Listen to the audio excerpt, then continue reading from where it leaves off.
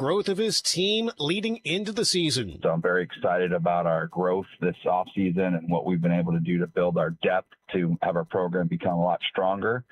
This Fremont Ross, very good, athletic, strong team, well coached. And for us, we're going to have to do a really good job of making sure that we rally to the football, tackle well, and do the little things on offense and be fundamentally sound in order for us to have the success that we need to have. A couple of good ones in Lucas County this evening feature two-time defending state champ Bishop Watterson opening at Anthony Wayne. Meanwhile, Toledo Central Catholic plays host to Trotwood Madison. Over to Fulton County, a good opener here as Archbald plays host to Genoa area. Down to Mercer County, Coldwater opens their 2026 campaign by hosting Valley View. Valley View coach Matt King says there are always unknowns in week one. You can watch film and you think you know who they want to target, but we'll just have to be ready to adjust, during the game. We're excited about that. And excited to see what we can do. Defensively, they run an aggressive defense. They get in that 3-3 stack, and they'll send a lot of pressure and move all around and disguise their coverages, and that can be a challenging thing. And south into Clark County, game of the night there features Springfield hosting Winton Woods. Next into Miami County, where Troy, under first-year head coach Ryan Jones, opens their season with Pickerington North. Pick North coach Nate Hillerich says there are always unknowns going up against a new staff. There's obviously some changes, and you get some film from scrimmages, but you're really never sure what a team may do until you really, it's for real. So, we know that early in the year, it's, who can really play a clean football game, limit turnovers, penalties, all that good stuff. So I think that's key, but really, we just got to make sure we win the line of scrimmage. Some really good matchups in Butler County tonight feature Lakota West hosting St. Xavier. Centerville visits Lakota East. Meanwhile, Hamilton is at Baden. Hamilton coach Arvie Crouch says his young team will need to grow up in a hurry. Very inexperienced, but a great group of guys are playing together well right now. So we're looking forward to that. Baden's strength is they're just so disciplined. That's what makes them so good. They do their job. They got a heck of a running back in Chase Even, and he's the guy. So looking forward to a great game on Friday night, and hopefully we can come out victorious. Next into Warren County, where Mason opens at Springboro. Mason coach Brian Kasner knows his DBs will be put to the test right out of the gate. I think the biggest challenge that Burrow will give us is their quarterback, but he's definitely one of the top three quarterbacks in our area for sure. I think he's someone that's going to create problems for anyone that plays them this year. He definitely created problems for us last year. Southern Ohio into Scioto County, always a good one here as Portsmouth is at Wheelersburg. Portsmouth coach Brandon Sammons says this is a tough way to start the season. Wheelersburg obviously being in the state finals last year, playing at a high level, that's always a tough task. So everything that they do is top notch, and that's going to be quite the challenge for our guys coming right out on the season, but it's going to be a great test to see where we're at.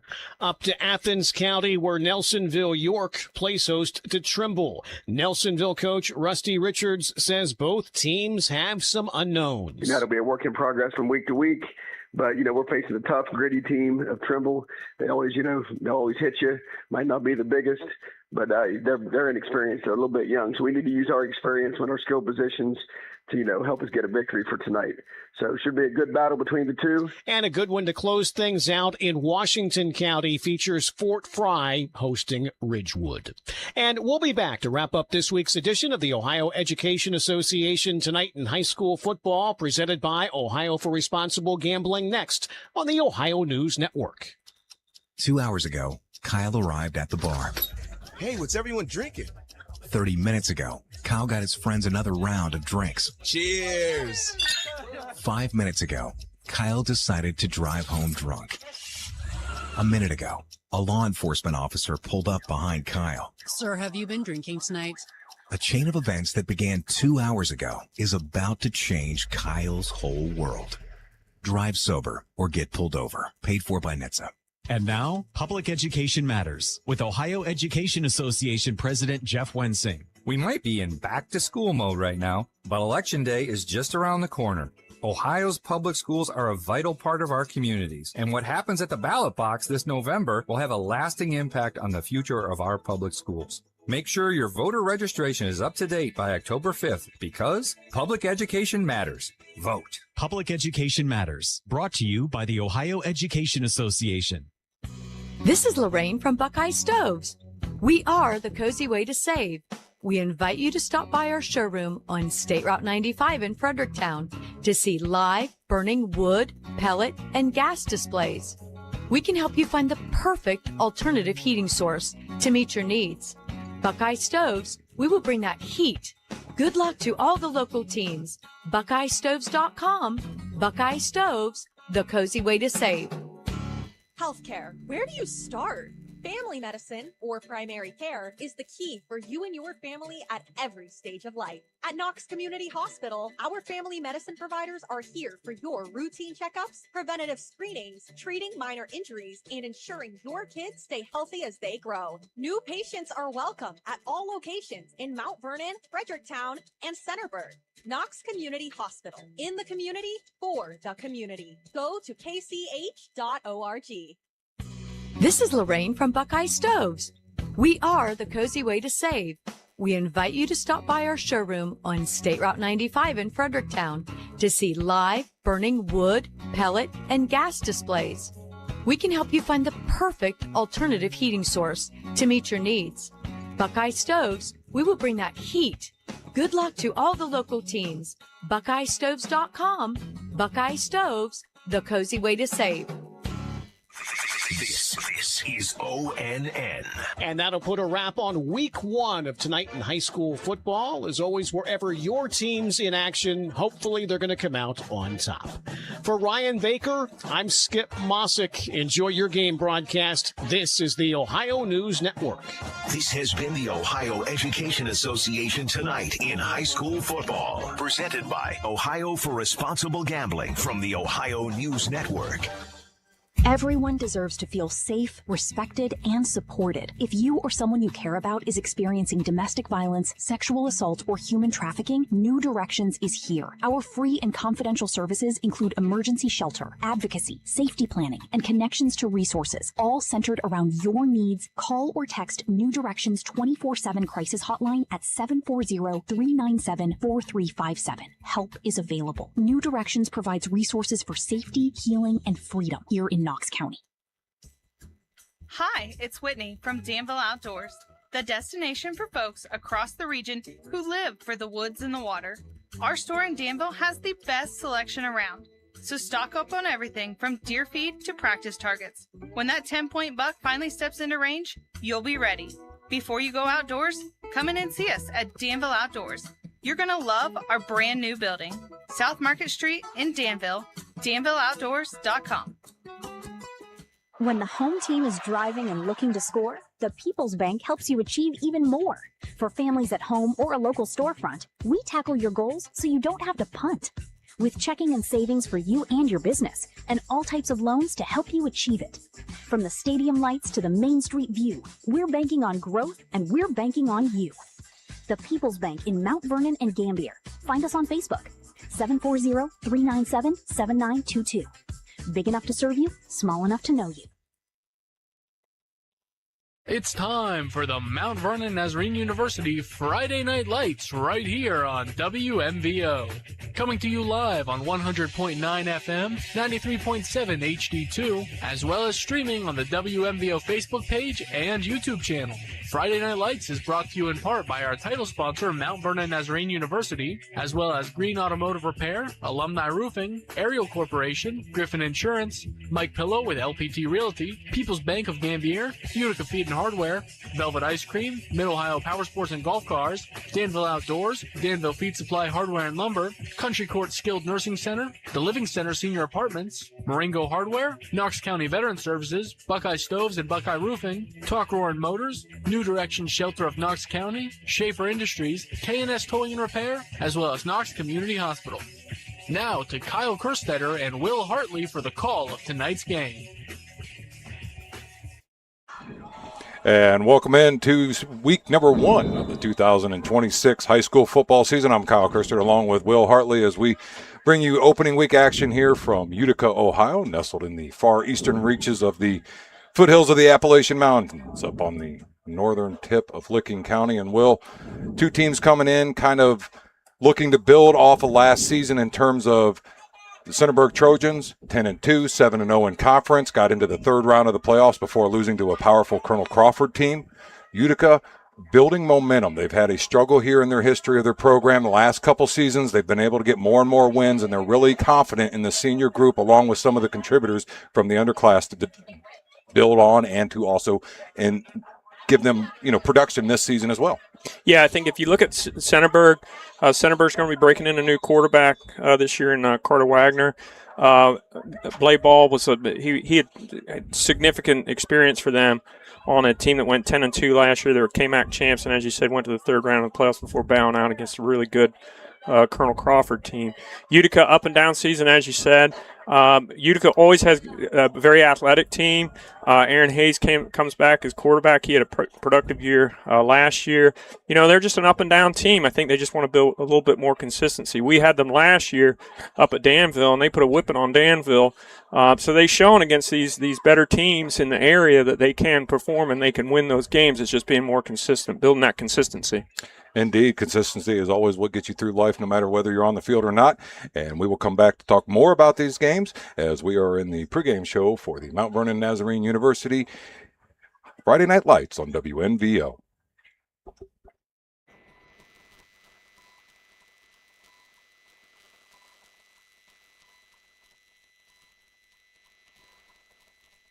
Hinton Heavy Equipment Repair is an independent, family-owned auto repair shop serving Centerburg, Mount Vernon, and the surrounding areas. We are a Napa truck center with ASE certified technicians on staff who undergo continuous training to maintain their certification and stay up to date on the best repair practices. We will work on pickup trucks, heavy-duty trucks, small engines, and equipment. For more info, go to hintonheavyequipmentrepair.com and call 740-398-5041.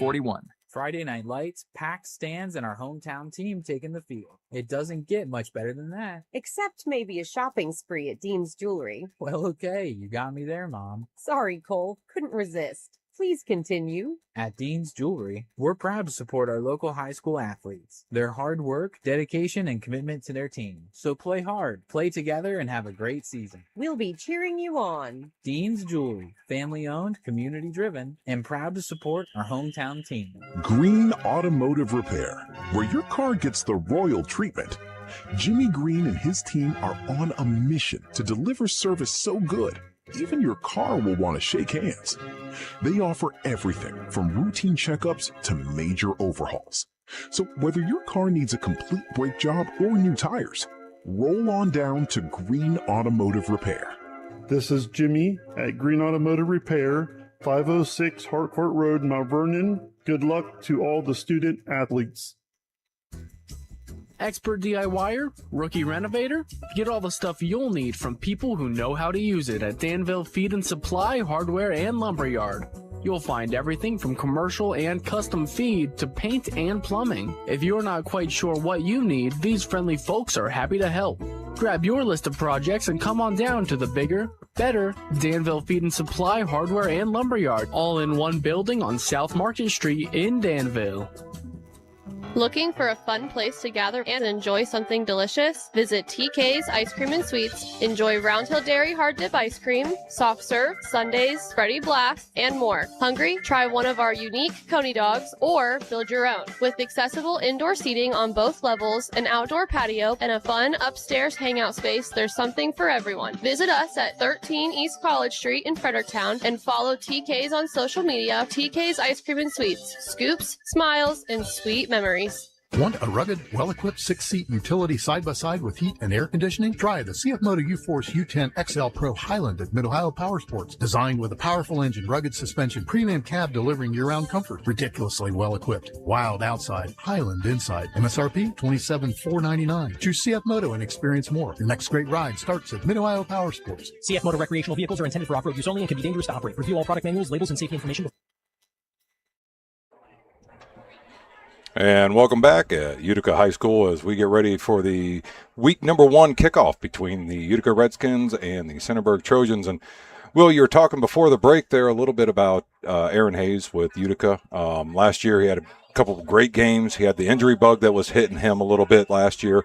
But this year he's also got some weapons on the outside. He's got Weston Simon returning at 6'5", 165-pound wide receiver for him. He had some great games last season, so that'll allow them to kind of open up the game. I think this year, as you look at Utica, I think they're going to have to find a way for Hayes to get out around the corner, and they're also going to be feeling out who their running back is going to be. Yeah, exactly. You took the words out of my mouth there.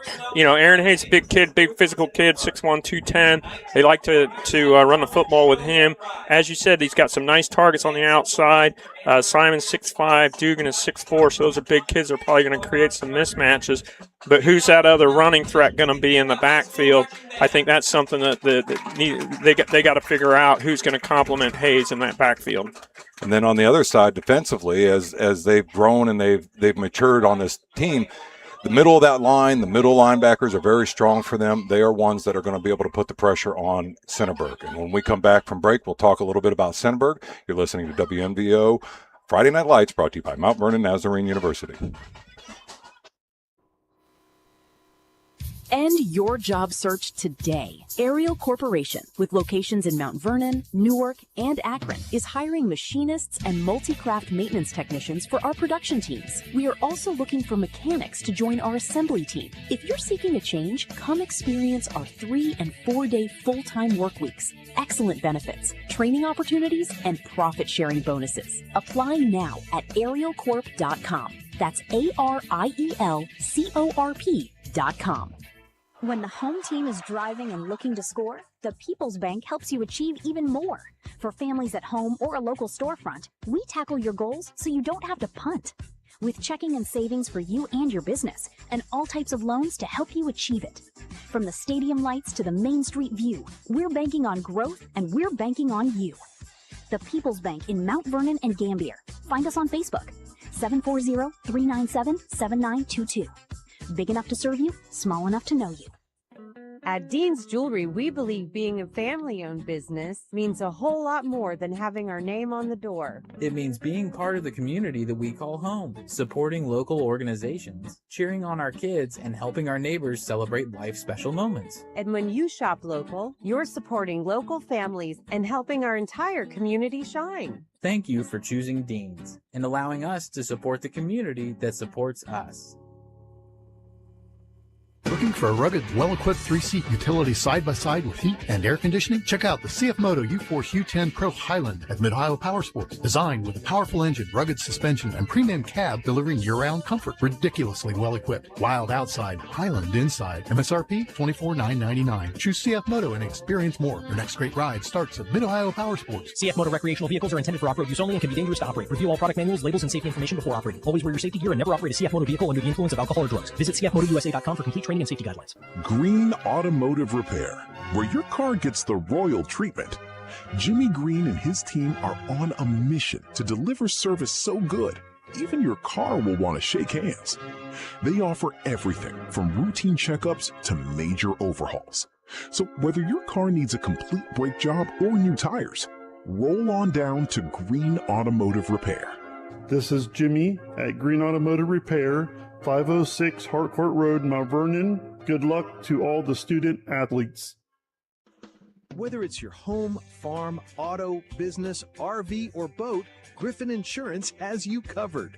Located at 300 Coshocton Avenue in Mount Vernon, we've been protecting what matters most to Knox County for decades. Call 740-397-7488 today and experience the trusted local service you deserve. Griffin Insurance, coverage you can count on from people you know.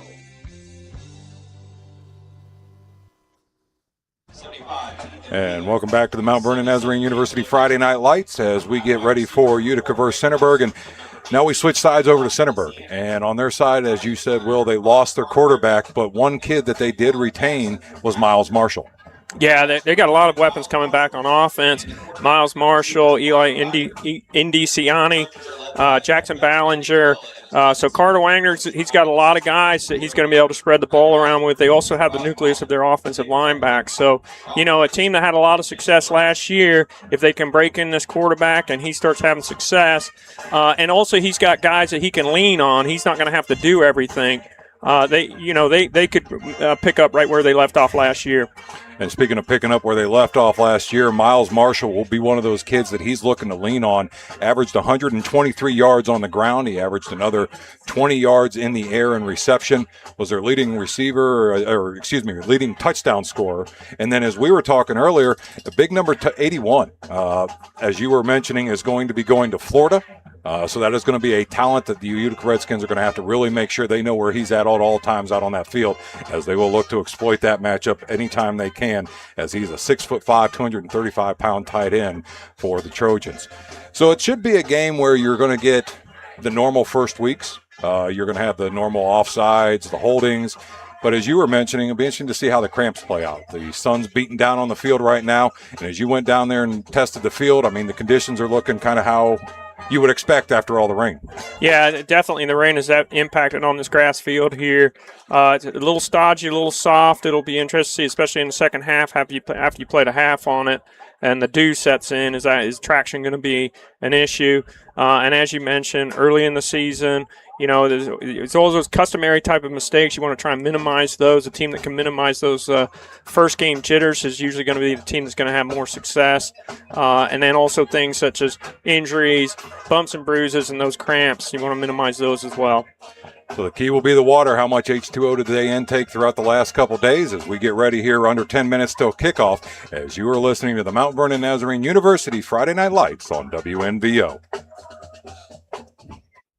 Knox County Veteran Services has been dedicated to serving our veterans for over 40 years. I'm Executive Director Kevin Henthorn. And I'm Alan Huffman, your office coordinator. Our mission is to assist veterans and their families in filing for service-connected disability, wartime pension programs, and VA healthcare enrollment. We provide free transportation to VA healthcare appointments, as well as emergency financial assistance and numerous other benefits. Stop in and see us at 105 East Chestnut Street, or give us a call at 740-393-6742. And never forget, you are not alone. Utica Feed and Hardware offers a wide range of services to our clients. With a grain elevator, you'll be loaded up and off on your way in no time. We have formulated feed mixes for livestock as well. If you're in need of plumbing, electrical, paints, lawn and garden supplies, we have you covered. Located in Utica at 138 Church Street, 740-892-3831. Utica Feed and Hardware, 740-892-3831. Hi, it's Whitney from Danville Outdoors, the destination for folks across the region who live for the woods and the water. Our store in Danville has the best selection around, so stock up on everything from deer feed to practice targets. When that 10-point buck finally steps into range, you'll be ready. Before you go outdoors, come in and see us at Danville Outdoors. You're going to love our brand new building, South Market Street in Danville, danvilleoutdoors.com. Green Automotive Repair, where your car gets the royal treatment. Jimmy Green and his team are on a mission to deliver service so good, even your car will want to shake hands. They offer everything from routine checkups to major overhauls. So whether your car needs a complete brake job or new tires, roll on down to Green Automotive Repair. This is Jimmy at Green Automotive Repair, 506 Harcourt Road, Mount Vernon. Good luck to all the student athletes. At K&S Towing and Repair, we're your hometown stop for quality fuel, fast, friendly towing service, and dependable auto repair with a combined 69 years experience. Whether you're filling up your tank or your belly with our great breakfast and lunch options, fixing up your ride, or getting a tow, count on the people who live and work right here in our community at the Fredericktown Marathon and K&S Towing and Repair. Stop in today at 1739 Zolman Road or call 740-694-5021. Expert DIYer? Rookie renovator? Get all the stuff you'll need from people who know how to use it. And welcome back into Utica High School.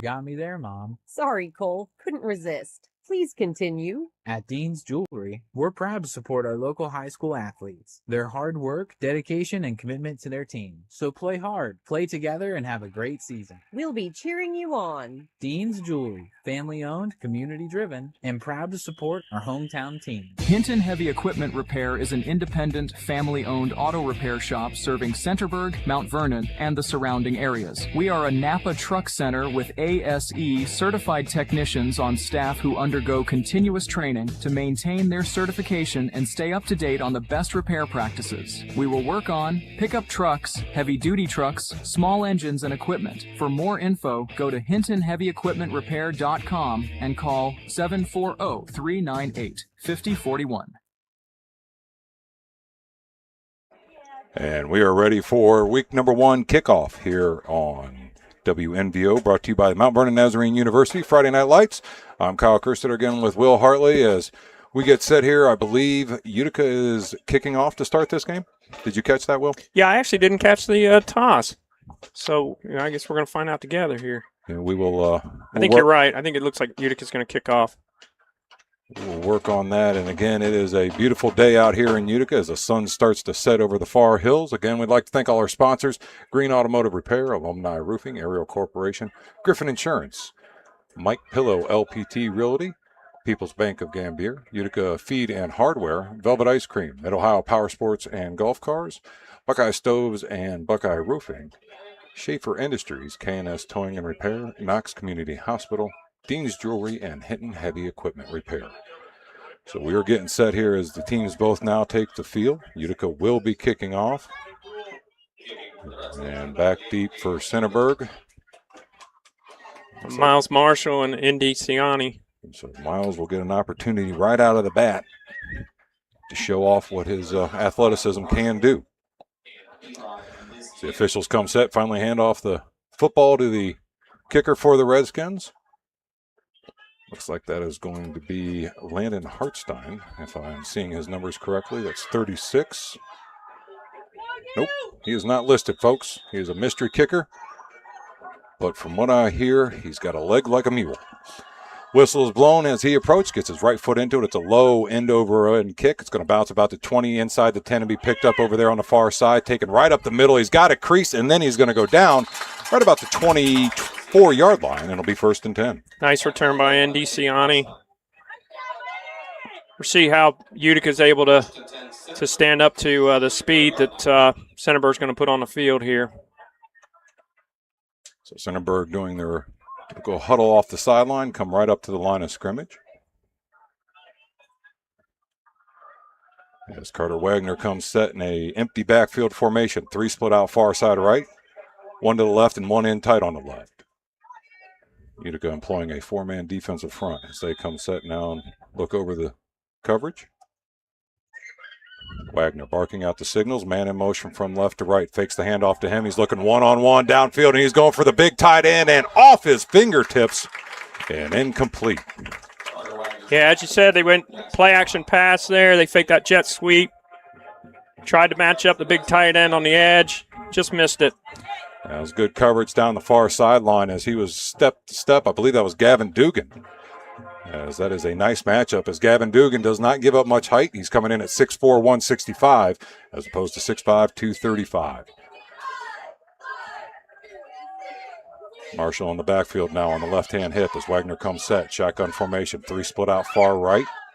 As pressure comes up the middle, he's going to keep it himself, go off that left side. A good read there by the young man as the pressure would have had Marshall in the middle. He pushes the pile up, and he's going to go down just shy of that 40-yard line.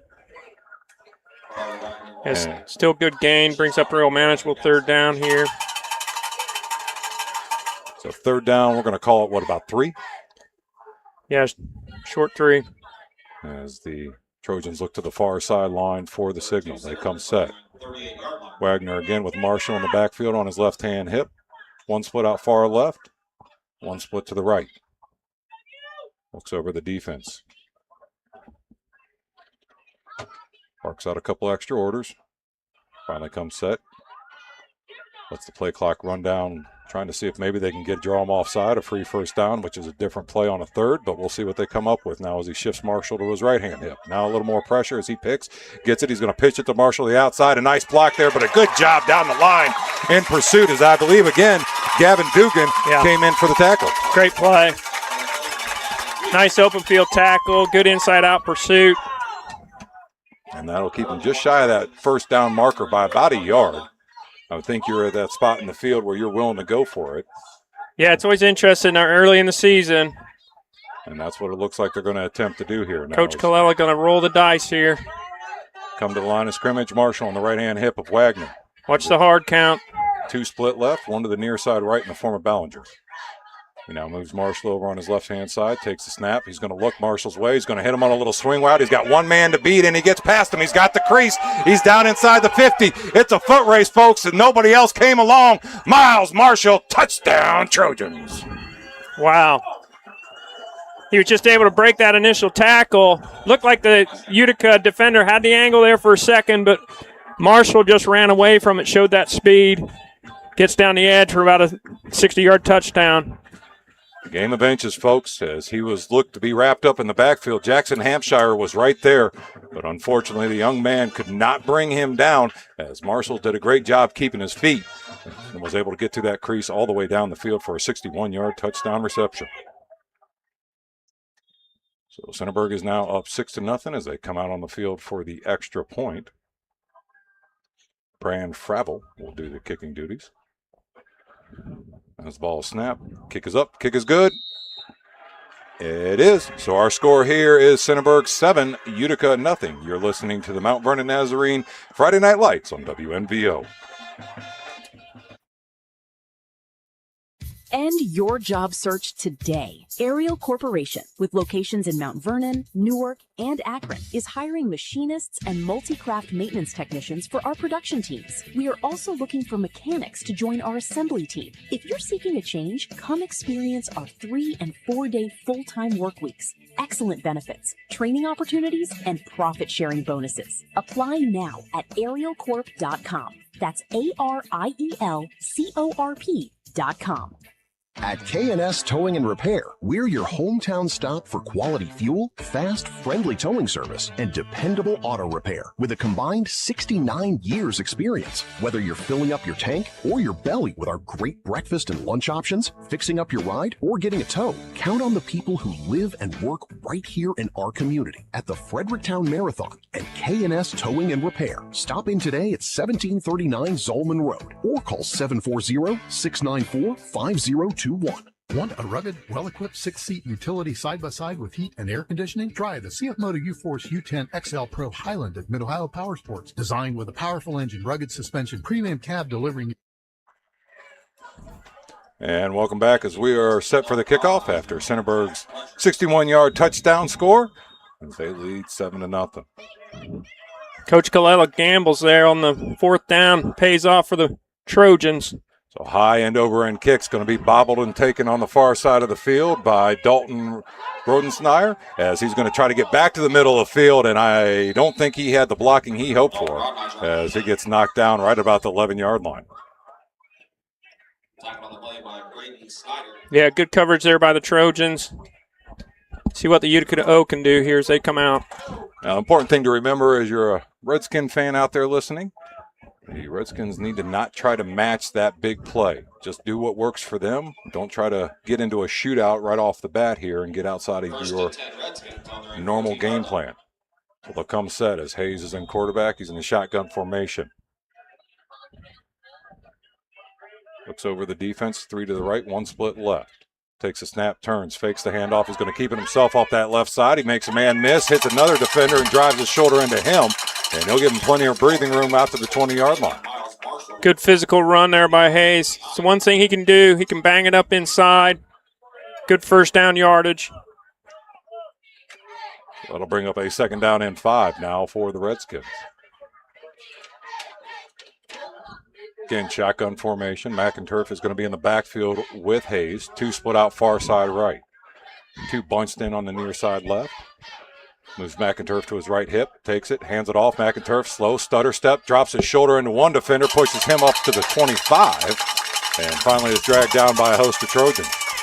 Looks like a first down. Yeah, they're moving the chains. It's a good job by Utica. A little rattled after that quick score by Centerburg. Get backed up on the kickoff. They come out.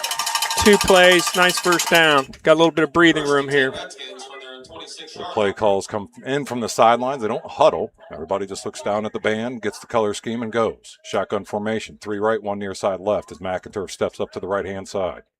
Hayes looks over the defense as he comes set. 4-man pressure coming. It's coming quick. He's going to dump it off to McInturf. He's got 1 man to beat, and he does. A leap over the other, and the ball came out. I don't know if they're going to say he was down. The official looks like he's saying he was down, and it was the ground that caused the fumble as McInturf tried to pull off his best Saquon Barkley and hurdle the defender. First down, Redskins. McInturf, big kid. I don't know if hurdling is his best move. They get the first down, though. I was in the moment, Coach. I was in the moment. So another first down for the Redskins as McInturf, the 5'11", 210 pounds junior, gets them closer to the Trojan territory. just shy of that 40-yard line. Shotgun formation, 3 right, 1 to the left.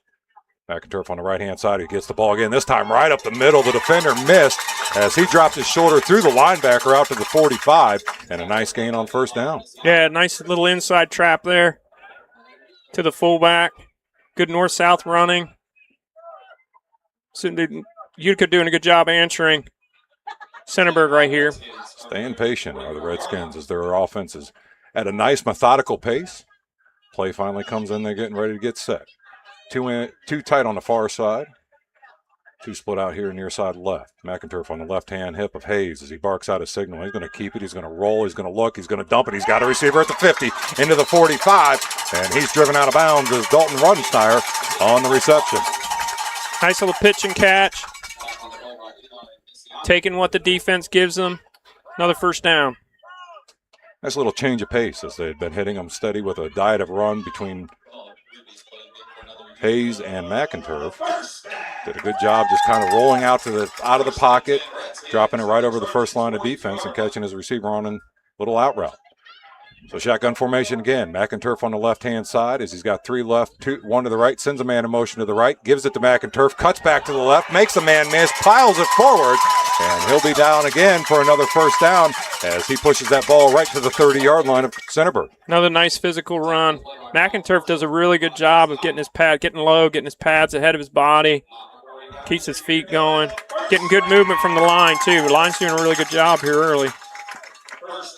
Big hogs are eating and giving McInturf plenty of room to run. So again, first down for the Redskins as they are inside Trojan territory at the 30-yard line. Empty backfield shotgun formation, 2 tight on the left, 3 split out far side right. Pressure coming as the Trojans look. He's going to be a quarterback keeper design run right up the middle, drops his shoulder, runs a defender over. The ball pops out again. But I think they're going to say once again he was down. A gain of about 7 or 8 on first down. Got to squeeze that ball, fellas. That will come back to haunt you at the worst time. Yep, it will. They got a nice drive going here. That's the last thing they need. So again, they look over to the sideline for the play. Again, I like the pace. They're not trying to hurry. They're not trying to get outside of themselves. Just taking what's given to them. And as you said, Will, that offensive line's doing a great job up front, opening up some holes. Yeah, they're getting really nice yards. Good first down offense. Gives them options here on second and thirds. Shotgun formation, 3 tight right, 1 far left. He's going to follow McInturf up the hole as Hayes. He's going to make a defender miss. He's going to keep pushing that pile, and he'll get down up to about the 17-yard line before he is finally taken down, but not before another first down.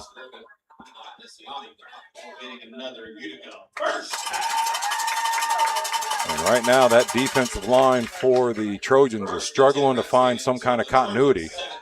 And there's a lot of holes popping open by that offensive line. The Redskins keep this drive alive as we're down to 5:37 here in the first quarter. 7-0 is our score. Hayes comes set, 3 split right, 1 to the left as McInturf will be on his right-hand hip. He's going to again hand to McInturf. He's got a big hole. He goes to the left side, makes his defender miss, and he'll fall down inside the 10-yard line. But another nice run there for the Redskins. Yeah, Centerburg's bringing a lot of pressure. Pressure against the run, you're gambling a little bit. You can make some big plays, but a lot of times when you're moving your linebackers around, you can create some gaps, and right now, Utica able to exploit that.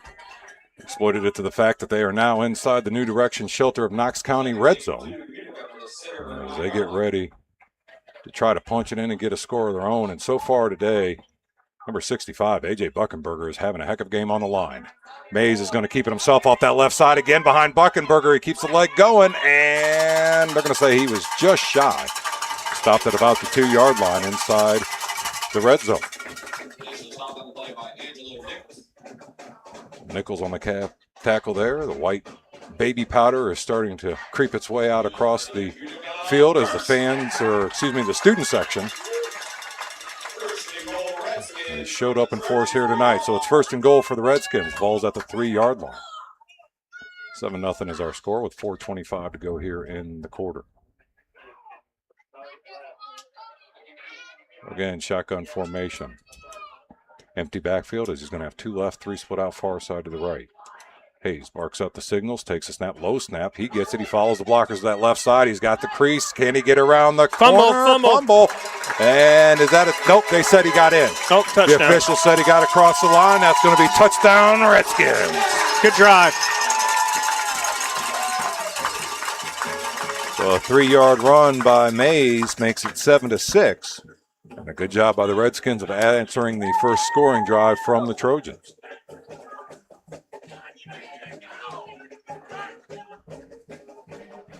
So they will get set up here for the extra point. Kind of a makeshift formation they got going on currently at the moment. They got 2 wide receivers split out far right. Hayes has McInturf in the backfield with him. Now they're bringing the line back over. They're going to come set, and they're going to look to kick the extra point. As Mays gets the snap, high snap, gets the ball down, and gets the kick up, and it's good. Our score, Utica 7, Centerburg 7. You're listening to Mount Vernon Nazarene University Friday Night Lights on WNBO.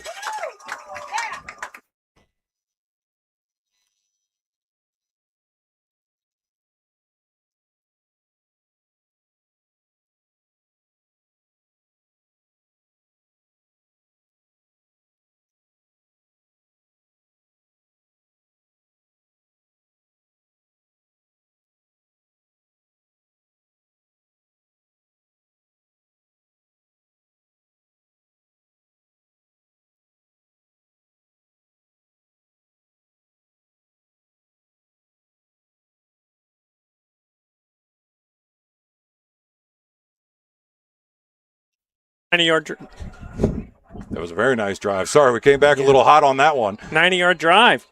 So the Redskins did what they needed to do. Methodical, as you said, 90-yard drive. Took a decent chunk off the clock here in the first quarter.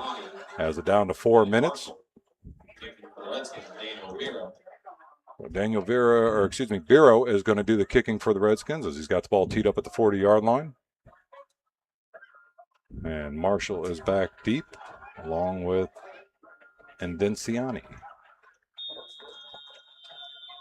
Officials are ready. As we come set, right leg into it, low kick, angled kick away towards the sideline, and it rolls out of bounds. That'll be 1st and 10 for Centerburg at the 35, unless they make them kick it again. I think you just take that, right? I think they're just going to take it. Yeah, it seems like Utica's desperately trying to keep it away from those deep guys. Yeah, yep. And DeCiani almost got his hands on it again, though. So the Trojans will come out for their second offensive series here. 1st and 10 at their 35-yard line as they move left to right across your radio dial. Wagner will again have a shotgun formation. 1 split out far left, and that is Ballinger.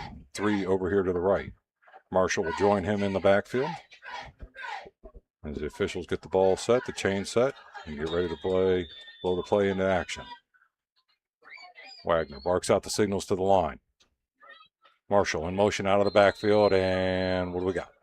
We got a illegal procedure on the Trojans. Back him up.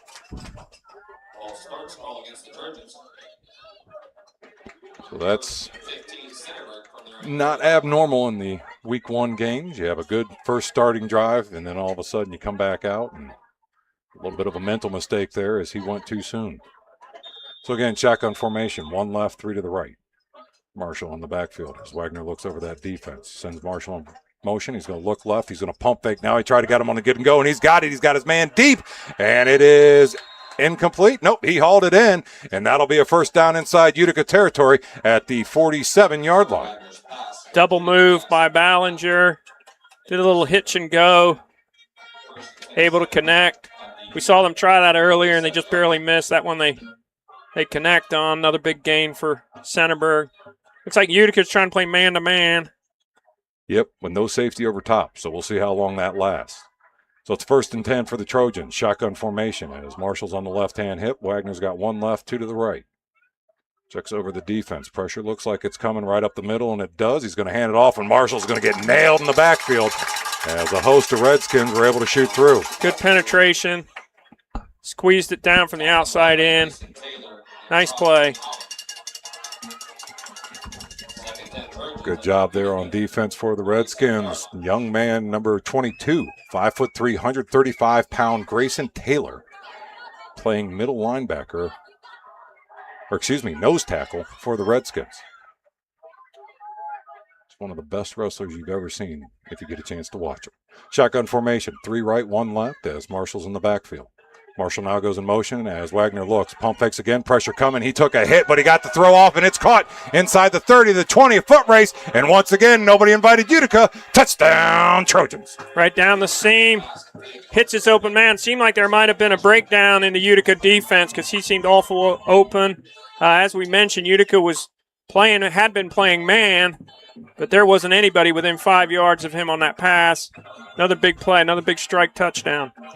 As that was Cody Rowenbeck that caught that reception out of the slot position. As I think you said, Will, the linebacker seemed to have missed that coverage option, and he went in to put pressure on the quarterback. His man was wide open down the middle of the field. So they will line up over to the Trojans for an extra point, as they have the lead 13-7. Ball snap, kick is up, and good. So our score here, Centerburg 14, Utica 7. You're listening to Mount Vernon Nazarene University Friday Night Lights on WNVO.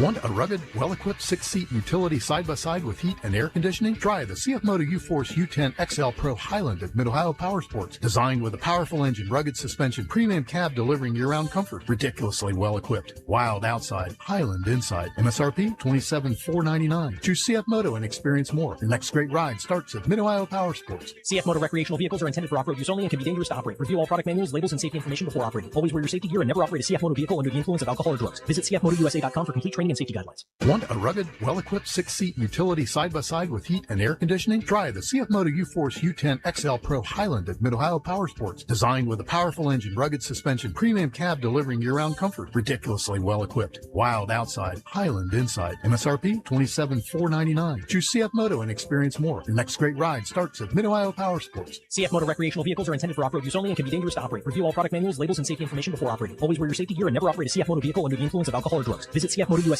for complete training and safety guidelines. This is Lorraine from Buckeye Stoves. We are the cozy way to save. We invite you to stop by our showroom on State Route 95 in Fredericktown to see live burning wood, pellet, and gas displays. We can help you find the perfect alternative heating source to meet your needs. Buckeye Stoves, we will bring that heat. Good luck to all the local teams. BuckeyeStoves.com. Buckeye Stoves, the cozy way to save. David Jones and Ashton Anderson. So return by Utica on the kickoff. They will get 1st and 10 at their own 26-yard line, maybe 25. Shading on the field and the long grass makes it difficult to see exactly, but that looks like where they're going to spot them. So Utica will get an opportunity to come back and answer that scoring drive, number 2 by the Trojans. So Hayes again, shotgun formation. This time Taylor's in the backfield with him, as they've got 2 split out left, 2 split out right. Taylor on the left-hand hip as Hayes takes snap, turns, hands it off. Taylor again, right up the middle. He'll push it up to about the 30-yard line, and there will go down a nice gain of 5. Tale of two offenses right now. Got the quick strike, over-the-top approach of the Trojans. Utica just methodically driving it. Again, a nice first down run. So the Redskins are looking at 2nd down and 5, again, keeping themselves in nice, manageable positions on these drives. Again, shotgun formation, 2 tight on the far right, 1 split out to the left, as Taylor will be on the left-hand hip of Hayes. Comes set as he looks over the defense, takes snap, low snap, bobbles it, keeps it himself. He's going to follow it right up the middle, makes a defender miss, and then he hits a wall of Trojans and gets maybe about 2 yards on a broken play. Yeah, he did a good job getting anything out of that. Low snap, had to recover that. Picks up a couple yards. I don't know what happened to Bockenberger from the Utica offensive line, but he hobbled off there the last play. They had to make a sub. You don't want to see them. The offensive line's been doing a good job here. Don't want to lose anybody off of that unit. Correct. That's going to be an interesting, see how that plays out as the game goes on here. It looks like TJ Evans, the 6'1", 315-pound sophomore, is in his place. Shotgun formation again as Taylor will step over to the right-hand side of Hayes. 3 split right, 1 to the left. Again, low snap. Hayes is going to keep it. He's going to try to get around the defender's reach, but the long arm of the law, big number 77 got in there, as that was Ben Wilhelm. Or excuse me, Angelo Nichols. Yeah, he's a 6'2", 320. 320. Moving pretty well there. Indeed. Utica still got the first. Another low snap. You just can't have those low snaps, especially, this spread offense. I mean, you're in the gun pretty much all the time. It's got to be automatic, that center quarterback exchange from the gun. They just don't seem as crisp on the second drive right now due to the Redskins. So we'll see here if they can shape it up. Again, shotgun formation, 3 right, 1 to the left. Taylor steps up on the left-hand hip of Hayes. As he comes set, looks over the defense, snap, good snap this time, fakes the handoff, good read there as he goes right up the middle. Again, hitting a wall of Trojans, but falling forward for 3 yards. Yeah, as you said, a nice read. Run a little bit of read option there. Defense committed to the running back. Nice job pulling it. 4 yards. Yeah, he's reading off of Ballinger on that far side. And as you said, that was a great read. I think they're going to be content with under 20 seconds to just let that clock run down as they get ready to go in the second quarter. I don't know. They may need to get one more play off. I think that's what he's trying to check with the officials just to make sure. And I think they do. So they're going to have about 5 seconds now. We'll see here if they call a play or not. Shotgun formation, 3 right, 1 left. Clock's going to tick down, and that's the end of the first quarter. Our score is Centerburg 14, Utica 7. You're listening to Mount Vernon Nazarene University, Friday Night Lights on WNVO. Whether it's your home, farm, auto, business, RV, or boat, Griffin Insurance has you covered. Located at 300 Coshocton Avenue in Mount Vernon, we've been protecting what matters most to Knox County for decades. Call 740-397-7488 today and experience the trusted local service you deserve. Griffin Insurance, coverage you can count on from people you know. Knox County Veteran Services has been dedicated to serving our veterans for over 40 years. I'm Executive Director Kevin Henthorn. And I'm Alan Huffman, your office coordinator. Our mission is to assist veterans and their families in filing for service-connected disability, wartime pension programs, and VA healthcare enrollment. We provide free transportation to VA healthcare appointments, as well as emergency financial assistance and numerous other benefits. Stop in and see us at 105 East Chestnut Street, or give us a call at 740-393-6742. And never forget, you are not alone. So we'll get ready here for the second quarter to start on Mount Vernon Nazarene University Friday Night Lights. And, Will, it was a nice display if you're the offensive coordinator. Both sides, you like what you're seeing out of them. Defensively, though, both teams still trying to get a feel for how to contain the other team's offense. Yeah, if you like offensive football, it's an entertaining game. Both offenses showcasing what they do. Utica running the ball really well. Centerburg thriving on those big plays. That was one of the big things in this game last year that hurt Utica. At times they played really well. They just continued to give up big plays, especially over the top against Centerburg, and they're in the same rut through the first quarter of this game. So it'll be second down and about 8 as we start here in the second quarter. 2 left, 2 to the right. Hayes with Taylor in the backfield. Fakes it to him. He's looking deep, and he's got Weston. If he can catch it in stride, it's a ball game. Foot race. Touchdown, Utica. Speaking of big plays, nice connection.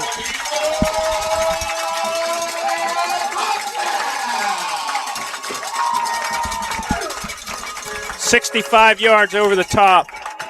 That was a beautiful ball thrown. Weston Simon tracked it perfectly, and he was able to haul it in, and then it was off to the races. And that young man is part of the track team here, part of the 4x400 that made it to states last year, so speed is not something that's uncommon to him, as he showed it off there. So the Redskins will get set here to line up for the extra point. Biro will be doing the kicking. Snap is back, kick is up. It is good. So our score here, 14-all, as you listen to the Mount Vernon Nazarene University Friday Night Lights on WNBO. Utica Feed and Hardware offers a wide range of services to our clients. With a grain elevator, you'll be loaded up and off on your way in no time. We have formulated feed mixes for livestock as well. If you're in need of plumbing, electrical, paints, lawn and garden supplies, we have you covered. Located in Utica at 138 Church Street, 740-892-3831. Utica Feed and Hardware, 740-892-3831. Expert DIYer? Rookie renovator? Get all the stuff you'll need from people who know how to use it at Danville Feed and Supply, Hardware, and Lumberyard. You'll find everything from commercial and custom feed to paint and plumbing. If you're not quite sure what you need, these friendly folks are happy to help. Grab your list of projects and come on down to the bigger, better Danville Feed and Supply, Hardware, and Lumberyard, all in one building on South Market Street in Danville. So we got 11:50 left till halftime, and our score here all knotted up 14-all as Utica answers every time Centerburg scores, and they're getting ready here to kick it off again for the third time.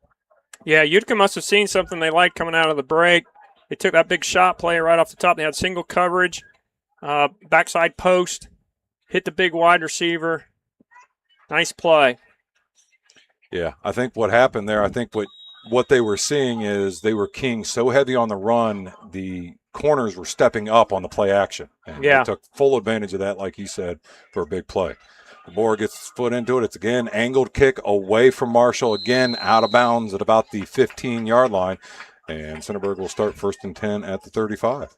I'd like to thank all of our sponsors this week: Henton Heavy Equipment Repair, Dean's Jewelry, Knox Community Hospital, K&S Towing and Repair, Schaefer Industries, Tack Brown and Motors, Knox County Veteran Services, Buckeye Stoves and Buckeye Roofing, Danville Feed and Supply, Hardware and Lumber, Danville Outdoors, Mid-Ohio Power Sports and Golf Cars, Velvet Ice Cream, Utica Feed and Hardware, People's Bank of Game Beer, Mike Pillow LPT Realty, Griffin Insurance, Ariel Corporation, Alumni Roofing, and Green Automotive Repair.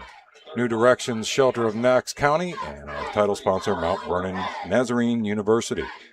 Thank them anytime you get an opportunity for bringing you high school sports all year long. Wagner, shotgun formation, 3 right, 1 left, as Marshall is again on his right-hand hip. Takes a snap, high snap, fakes it, going to keep it himself. A nice read there as the running back was blown up in the backfield, but he was able to sneak out for about 4 or 5 yards.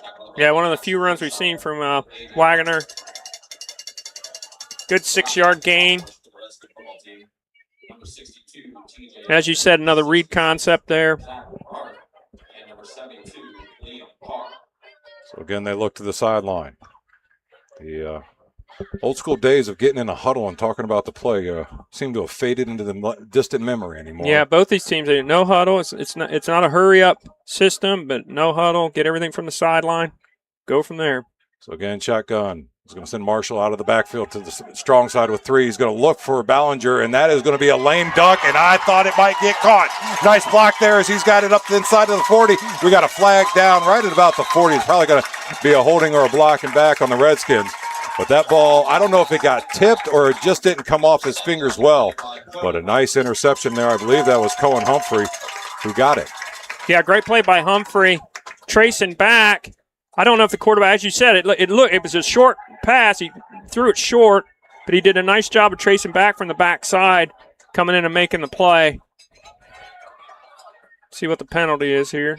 Yep, it is going to be a block in the back on Utica. So that'll take it all the way from the 30 down to about the 20. Yeah, I was just going to say, see if Utica's defense could step up, and they do it in a big way. Getting a takeaway here. Now, the important thing is you're playing this back-and-forth game, you got to capitalize and get points here, too. Get yourself back out in front. And if you're smart enough with it, you got 10:56 to go here till halftime. You're going to get the ball to start the second half. You can pretty much run this clock down, get yourself some points, and double up on them before they even see the ball back. So, again, shotgun formation as Hayes is going to have McInturf back in the backfield with him. 3 left, 1 to the right. Takes a snap, hands it off. McInturf again right up the middle, and this time he's going to push the pile for about 2 yards. Good job there by Ballinger coming down the line and getting him around the ankles. Yeah, good job at the point of attack. Minimize the gain. Finally, we're getting some relief from the sun up here. Sun is starting to creep behind the clouds. I will take that all day long. Starting to feel like a lobster in a boiling pot. So second down, we'll call it 7 for the Redskins. It's again shotgun formation. McInturf in the backfield, lined up in a pistol. Now he's going to step up to the right-hand hip of Hayes. He's got 3 to his left. He's got 1 here on the right, and that is going to be Simon. He's going to look Simon's way. Still looking his way. He's going to go over top. Double coverage is coming his way. Simon almost got it, as there was some hand fighting going on there down the sideline. 1-on-1 with Braden Nelson. And a good job of knocking that incomplete. Good coverage. Had help coming over the top as well in the secondary. Interesting third down here. We'll see what Utica does. Yeah, that's one of the problems when you go for that big play on a second and long. If you don't get it, now you're kind of looking at a difficult third down situation. So 3rd and 7 for the Redskins as Simon checks out. It's going to be a shotgun formation. It's going to have 1 split far to the left in the form of Dugan, 3 on the near side here to the right. McInturf will be in his usual position in the backfield with Hayes as he now steps up to the right-hand hip. It's like single safety coverage over the top as he reads over the defense and they come set. Man in motion from left to right. Fakes the handoff. It's going to be a sweep that way, though, and McInturf is going to get hit right at that line of scrimmage. A great job there right in the middle of that line. Angelo Nichols plugging the hole. Yeah, solid effort by the Centerburg defense. Stymied that play. Brings up a punting situation here. First time we've seen a punter, I believe. Indeed. So it's going to be 4th down, 6. I believe Hayes also punts for them, if I remember correctly from last year, but it looks like they're lining up to go for it. Let's see if they break out of this, as you say, if Hayes is a punter. Right now it's a shotgun formation. 2 to the right, 2 to the left. McInturf on the right-hand hip of Hayes. He again looks back over to the sideline. I suspect some kind of tomfoolery to be pulled out here shortly, or they may just let the clock go down and call timeout. And he's again barking. This time he does get the snap. He's going to roll out. He's looking. He's got a man there, but I don't know if he can see him as the pressure comes. He tries to go back the other way, and Ballinger almost got him, but he's able to get free. He's got 1 man he's got to deal with. Nice block by McInturf. Across the 45. First down, Redskins. That's just great effort by Hayes. Because they had him dead to the rights in the backfield. Made a guy miss. He was living dangerously back there, but he was able to get out of it. Get that first down. That's a big play for Utica because they would have really been in a hole if they had not converted there. Indeed. That keeps the drive alive, pushes the ball out a little bit further, closer to the Trojan territory. Young man Hayes ran about 60 yards to pick up 8, but he got the job done and kept the drive alive. So again, they look to the sideline for the call. Shotgun formation, 3 right, 1 far side left as McInturf comes set in the backfield with Hayes, and a pistol formation now steps up to the right-hand side. Defense secondary backs off as went in motion to McInturf. He's going to keep it as Hayes vertical run. He was kind of high stepping through there, but he was able to pick up about 7 or 8 yards on there, about 7 yards on that run, and nice second down now. Good run. He's physical. As you said, he's healthy. He's a real force. Done some really nice things tonight in the running game, also in the passing game as well. Doing a good job. Seems more in control than he was last year. Well, we talked about in the pregame, consistency with Utica is the key. At times, they look great, but they just haven't been able to get that consistency. Hopefully, turn a new page here. They're off to a good start here in 26. Really, that run, that read, he had receivers, as I was pointing out, and he decided to keep it because I think last year we saw a couple times where he tried to force the ball in and it bit him. Made a good decision, got that first down. Takes the snap in a shotgun formation. McInturf's going to stutter step back into the middle of the field. He's going to put the locomotive legs on and turn that out into a first down. Yep. And a nice job there by the young man pushing the pile. Great second effort, gets the first down. Might have to start checking the bus tickets. As the Redskins offensively, that running game, when McInturf is in there, and even with Hayes, it's not the first guy that gets them down. They're going to make you come in 2-3 deep before they're going down to the ground and keep that pile going, which is something you can't really teach. That's got to be something inside that running back that's not afraid to take a couple extra bruises while they try to get those yards. So again, shotgun formation, 2 left, 2 to the right. As Hayes looks over the defense, McInturf comes set on his right-hand hip. Takes the snap, pressure coming. Hayes rolls out. He's got a block, but he's not going to be able to outrun that pressure. As they brought 2 from the far side, and that looked like it was Carter Rowenbeck that was able to get in there on that tackle. Yeah, Rowenbeck. Nice backside pursuit. So no gain officially on that. Brings up a second down for the Redskins. Clock down to 6:20 to go here in the first half. 14-all is our score, as it has been a back-and-forth kind of game.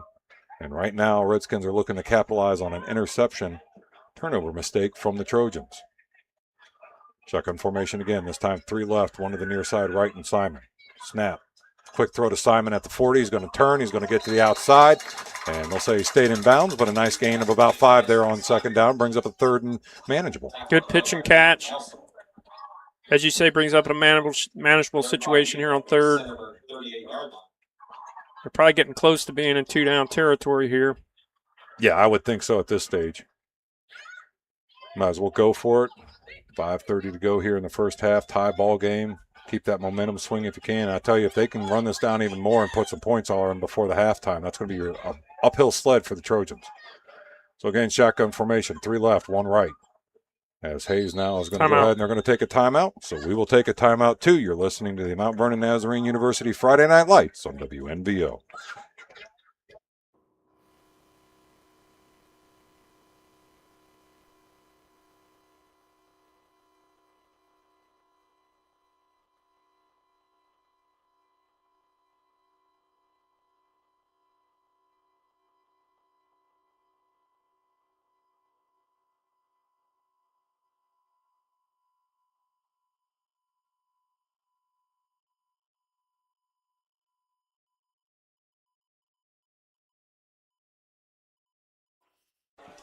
So we'll stay here as the timeout goes. Utica's offense is trying to get a feel here for what's going on. As this drive is successful, it's not as crisp and as sharp as you were seeing on those first 2 drives. I don't know if the heat's getting a little bit to the kids. They're tiring out here in the second half or second quarter, but they just don't seem to have that snap to them. Yeah, it's a little herky-jerky. As you said, it might be the fatigue getting deep into the second quarter here. But they're doing a nice job. I mean, one way to neutralize that Centerburg offense is keep them off the field, and that's what they're able to do here. Is they're able to continue to keep these sticks moving. So 3rd down now as they come set. 3 tight on the left-hand side, 1 split out far right. McInturf on the left-hand hip as Hayes takes the snap. He's going to go left. He's got a crease. He drops his shoulder at the 35 and again just keeps turning those legs forward. And he falls forward and will get the first down. And I mean, I'm talking – another good second effort run. Well, it was just one of those.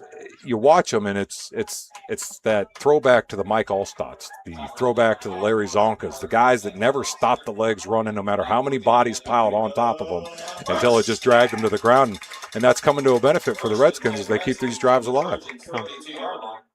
Yeah, they're physical. They're playing physical football right now. So 1st and 10 as the ball sits at the Trojans' 32-yard line. Hayes again, 2 right, 2 tight to the left as McInturf goes on his left-hand hip. He fakes the handoff to him. He's got time. Now pressure comes. He's going to dump it to McInturf. He's got 1 man to beat, cuts inside, and there he'll go down right about the 26-yard line. Good job by the backside closing that gap and taking him down. Good decision-making by Hayes. As you say, it seems like a year of growth has really helped him. He surveyed. He went through his checks. He checked it down to the back. Safe play. Another nice gain. 2nd and 4. So the Redskins keep driving down the field, just getting closer and closer to that new direction shoulder of Knox County red zone. As they come set. Again, shotgun formation. 2 right, 2 to the left.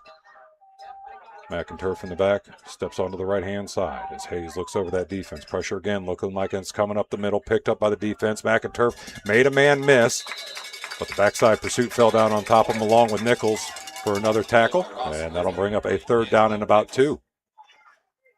Clock still continues to roll. And Nichols is going to check out. They're going to bring Colt Schwartz in.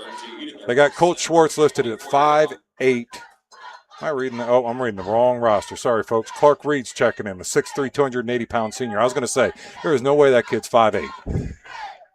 So Nichols is out. New man in the middle. Shotgun formation. They're going to go right up the middle, and he's going to have a crease and a seam, get it up to the 20, and another first down. First down. As they get inside the new direction shelter, Knox County red zone. Oh, just on the outside. They're going to spot him at the 21. So it is a first down, but not quite where they needed to be to get in that red zone. But again, just a great job recognizing the play by Hayes, taking what's there for him. The other thing, they're doing a good job after those first 2 kind of series where the ball was coming loose. You haven't seen that yet out of the running backs for the Redskins. Yeah, a little bit of squeezing that ball. He probably coached that up on the sideline. Shotgun formation again, handoff McAturf again off that left side. He had a crease. He's spinning and a spin. I mean, it's like a Kenmore washer out there. He just spun out of 3 tackles, pushed himself all the way down inside the 20 to the 16, and a 2nd down. Yeah, nice spin move. Got a couple extra yards there off the spin. So again, the Redskins just keep churning out the yards, turning up the clock as we're down to 2:30 to go here in the first half. 14-all is our score, as now they've officially made it into the new direction shelter of Knox County red zone. No need to rush, but they do need to be mindful of this clock. Yeah, you don't want to get all the way down there and not get in. They come set now again, shotgun formation, 3 right, 1 left, and McInturf on the left-hand side. Hayes takes a snap, fakes the handoff, keeps himself off that left side, and he'll push inside the 15 down to about the 13-yard line, a gain of maybe 3 or 4. Well, you got 2 plays to pick it up here. See if they give Hayes a run-pass option, or if they just try and churn it away here and get those tough 3 yards. So again, 3rd down now. Clock down to 1:27. Coach Rowley still got 2 timeouts left. 3rd down and 2 as they sit at the 13-yard line of the Trojans. Shotgun formation, 3 left. It's Hayes. He's going to keep it. He's going to follow McInturf right up the middle. I think he pushed it enough. He did as he got across that 10. As the hand came pushing out, the official says he's down just shy of that 10, but enough for a first down, I would assume. Yeah, so it looks like spot on the far side. Looks like he's got the first down. And he's telling him to hurry up and go right back up to that line of scrimmage. They were going to say he did. Yep. Okay, now they got to move the chains. Clock stopped. Clock should be stopped here. Chain wasn't set. Yeah, the official just looked back and kept it going. So we're down under a minute, 52 seconds.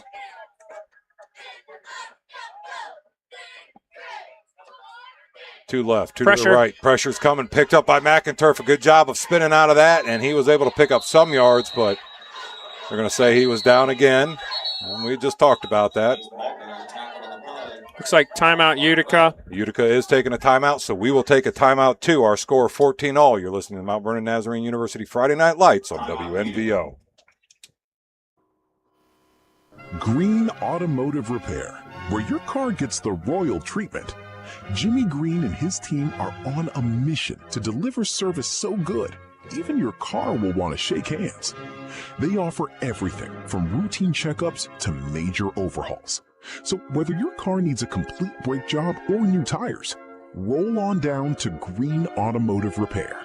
This is Jimmy at Green Automotive Repair, 506 Harcourt Road, Mount Vernon. Good luck to all the student athletes. At K&S Towing and Repair, we're your hometown stop for quality fuel, fast, friendly towing service, and dependable auto repair with a combined 69 years experience. Whether you're filling up your tank or your belly with our great breakfast and lunch options, fixing up your ride, or getting a tow, count on the people who live and work right here in our community at the Fredericktown Marathon and K&S Towing and Repair. Stop in today at 1739 Zolman Road or call 740-694-5021. So as we come back here, there is going to be 38.5 seconds to go in the first half. Our score is 14-14. Utica and Centerburg tied up, but the Redskins are on the march down inside the 10-yard line at the 8. They can get a first down. They don't have to score a touchdown. But I got a feeling they're going to be looking to get this ball in the house as they are in the new direction, shoulder of Knox County red zone. Hayes takes the snap. He rolls right. He's going to pressure coming. He's going to try. That's not going to work as the backside was there to kind of keep him contained. And then they finally finished him up and wrapped him up. And again, another timeout by Utica. And I don't know what they were looking for on that one. That just didn't seem to really have much rhythm to it when the ball was snapped. Yeah, Hayes just really didn't commit to the play. I think they wanted him to sprint out to the right. He started, and then he was kind of like, I don't think there's anything there, and he stopped. Well, if you're sprinting out to the right, that protection's not really going to protect you from the backside. If you stop, there's always that danger that somebody's going to be coming from the backside unblocked, and that was the case there. That's probably the worst case scenario when you're around 30 seconds. You only got one timeout left. You got to burn that timeout because you took that sack. You never want to take sacks in 2-minute situation. On top of that, you're now back at the 19-yard line. Backs them up as well. So good point. Loss of about 11 yards there on that play, as it's now going to be 3rd and 18 for the Redskins when they come out of this timeout. And I just couldn't quite tell what he was thinking there on that play. And then, like you said, when you're rolling out the backside protection, you just kind of let that guy go as you're on that left side as the tackle. And you can't stop, and you definitely can't backtrack like he tried to do there. And the former Ashton Anderson was the one who came in and took him down. So 3rd down and 18 now for the Redskins as they come off the sideline out of that timeout. They are out of timeouts, are the Redskins. As it's shotgun formation, they're going to be stacked eyes left and right. McInturf will step up on the right-hand side of Hayes. Looks over that defense. He's got time, and he's going to go deep. He's looking for Weston, and incomplete. He just kind of overlet him there, and it falls out of bounds and stops the clock with 24.5 seconds to go. Had a shot there, just a little bit, just missed just a little bit. Simon did a nice job of laying out, but it wasn't enough.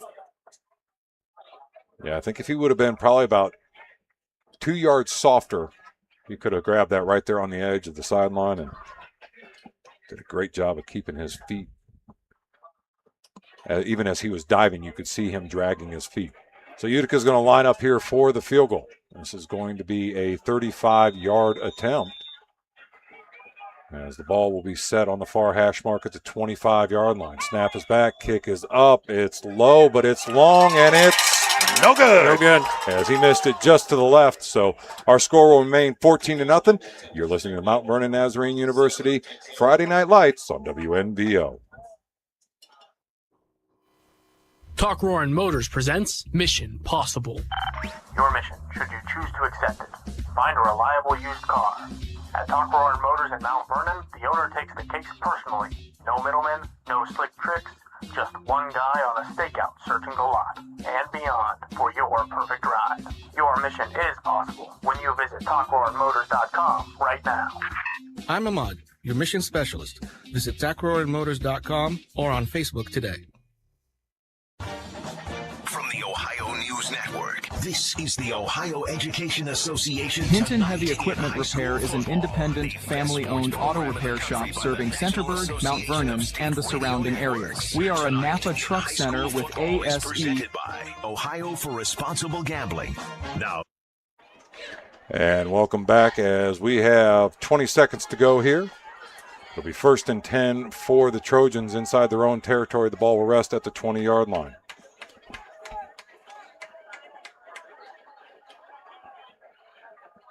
Wagner again, shotgun formation, as he will have Marshall in the backfield with him. He's going to have 3 to the left and 1 split out far side to the right. Now he's going to step up.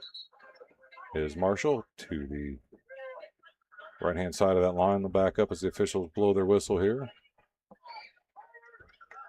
Utica got a safety over the top, still man under. The officials were realizing the chains were a little bit off as they move them on the far sideline. And they finally have them set. All right, so 1st and 10. Empty backfield now for Wagner. 2 right, 3 to the left. Takes the snap. He's got a little bit of time, more time. He's going to look. He's going to throw. He's got a man down there in Marshall, and he's triple covered and caught it at the 49-yard line. Wow, what a great job concentrating there by the young man. Nice catch. It's a good throw. It's kind of a back shoulder throw. Utica a little late coming over the top. 12.5, set 12 and a half seconds left here. So you would think if, you're scheming this up defensively as the Centerburg Trojans take a timeout here to talk about this, is you'd almost want the 3 deep. Yeah, you definitely. I'd always want to have 2 safeties deep. You're putting a lot of stress on one kid when you just got one guy deep. They're committed to this man under, but in this situation, I like 2 safeties on both hashes. Because you got to look at this in the other sense, right? High school football is one of the key factors to the game that people don't always recognize as momentum. And so you had the swing there, the turnover flew into the Utica side. They were able to push it down the field, but then the defense was able to stiffen up and stop them for the Trojans. Now they've got it. The momentum's getting back on their side. That big catch really brought the momentum and the life back to the fan base over there. And now you're looking at a manageable opportunity here with 51 yards, 52 yards to get in the end zone. You got 12 and a half seconds. You got one more timeout. You get another one of those over the top, you're putting yourself in scoring position. Yeah. To go into halftime and give yourself kind of that extra edge as you get in there. Utica switched out. They're still going 1 safety. They brought Hayes in at safety. See what they do here. Again, shotgun formation. 2 left, 2 to the right as Marshall now stays in the backfield. Wagner, snap, pressure's coming. He goes over the middle. It's Marshall again over the middle. He made a man miss as he spun out of the tackle, and they finally bring him down inside the 35 at about the 34-yard line. Still 3.5 seconds left here. They're going to have one shot at the end zone. Yeah, as you said, Utica pretty much controlled the whole second quarter of the game, and to give something up cheap here right before the half, that could be demoralizing for them. Oh, indeed. And that's definitely what you don't want to do. You get a nice stop here. You take that momentum in if you're Utica, and you get the ball back to start the second half. Yeah. But Centerburg is having a conversation as they are taking their last and final timeout. We'd like to thank our sponsors, Green Automotive Repair, Alumni Roofing, Ariel Corporation, Griffin Insurance, Mike Pillow, LPT Realty, People's Bank of Gambier, Utica Feed and Hardware, Velvet Ice Cream, Mid-Ohio Power Sports and Golf Cars, Danville Outdoors, Danville Feed and Supply Hardware and Lumber, Knox County Veteran Services, Buckeye Stoves and Buckeye Roofing, Schaefer Industries, K&S Towing and Repair, Knox Community Hospital, Tucking Around Motors, Dean's Jewelry, and Hinton Heavy Equipment Repair. So it's 1st down and 10. I think they're looking end zone or nothing with 3.5 seconds to go here for the Trojans. Tie ball game, 14-all. 1 far right, 3 left as Marshall's on the left-hand hip. Wagner. Man in motion from left and right now. Takes the snap. He's got plenty of time. He's going to go over the middle to Marshall, and he's going to get hit by Hayes. Big hit there by Hayes, but that's the halftime. That is going to be the end of the first half as they were unsuccessful. Our score here is Centerburg 14. Utica 14. You're listening to the Mount Vernon Nazarene University Friday Night Lights on WNBO. Skip Mossick. Good evening, everyone, and welcome to Tonight in High School Football's Halftime Report. We always like to kick off the season by visiting with Doug Ute, Commissioner of the Ohio High School Athletic Association. Doug joins us next on the Ohio News Network. And now, Public Education Matters with Ohio Education Association President Jeff Wensing. We might be in back-to-school mode right now, but Election Day is just around the corner. Ohio's public schools are a vital part of our communities, and what happens at the ballot box this November will have a lasting impact on the future of our public schools. Make sure your voter registration is up to date by October 5th because public education matters. Vote. Public Education Matters, brought to you by the Ohio Education Association. What defines Ohio? A place that dares to go first and never looks back. There's no slowing us down. At Jobs Ohio, our mission is clear. Strengthen job opportunities and empower Ohio's workforce. Another reason why Ohio is now ranked the #1 state for business by CNBC. This is what unstoppable feels like. We did it together, Ohio. Our time is now. See Ohio's momentum at jobsohio.com/Ohio's time.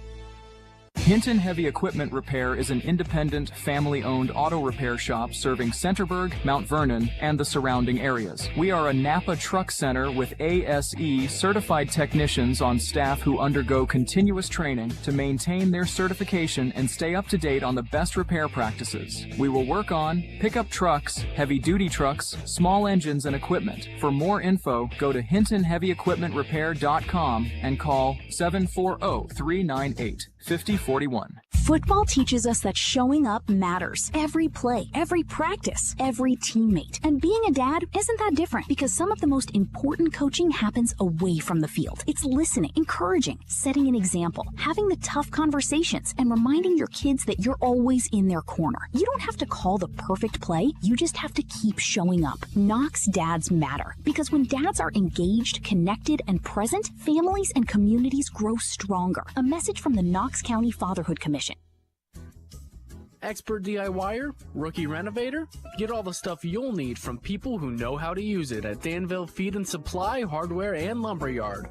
You'll find everything from commercial and custom feed to paint and plumbing. If you're not quite sure what you need, these friendly folks are happy to help.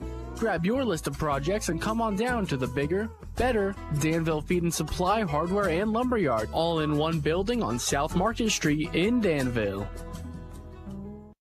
This is Tonight in High School Football on the Ohio News Network. Once again, here's Skip Mossick. Welcome back, everybody. Halftime of your game. We are joined for a few minutes by Doug Ute, Commissioner of the Ohio High School Athletic Association. And, Doug, I know other fall sports began the last week or two, but what does the start of football season represent and mean for an old administrator like yourself? Well, it means the start of school and for community. It puts a little extra excitement in the air in a community because school's opening. The yellow buses are rolling a little bit. Kids are excited to get back in, and parents are excited to have them get back in, and the community gets excited about that week one of football. And I talked to a lot of superintendents, and I would be one that tell you the same thing as superintendent. I want my kids in school during the first football game.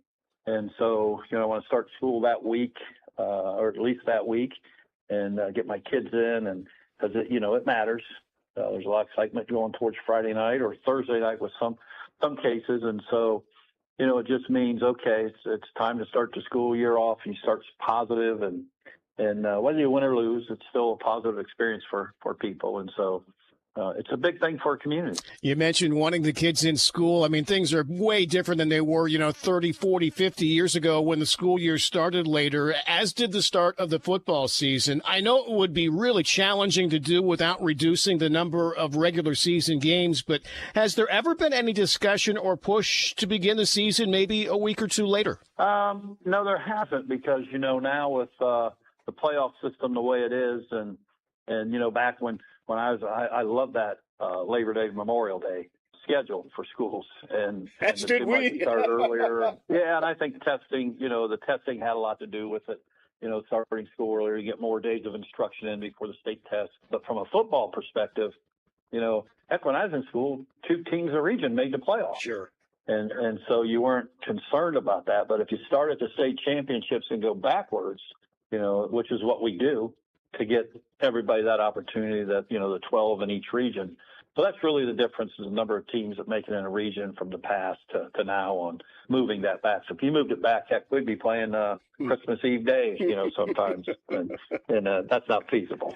Well, Doug, another kind of football was in the news again this summer here in Ohio as girls flag football became a fully recognized and sanctioned sport for this school year after being an association activity last year.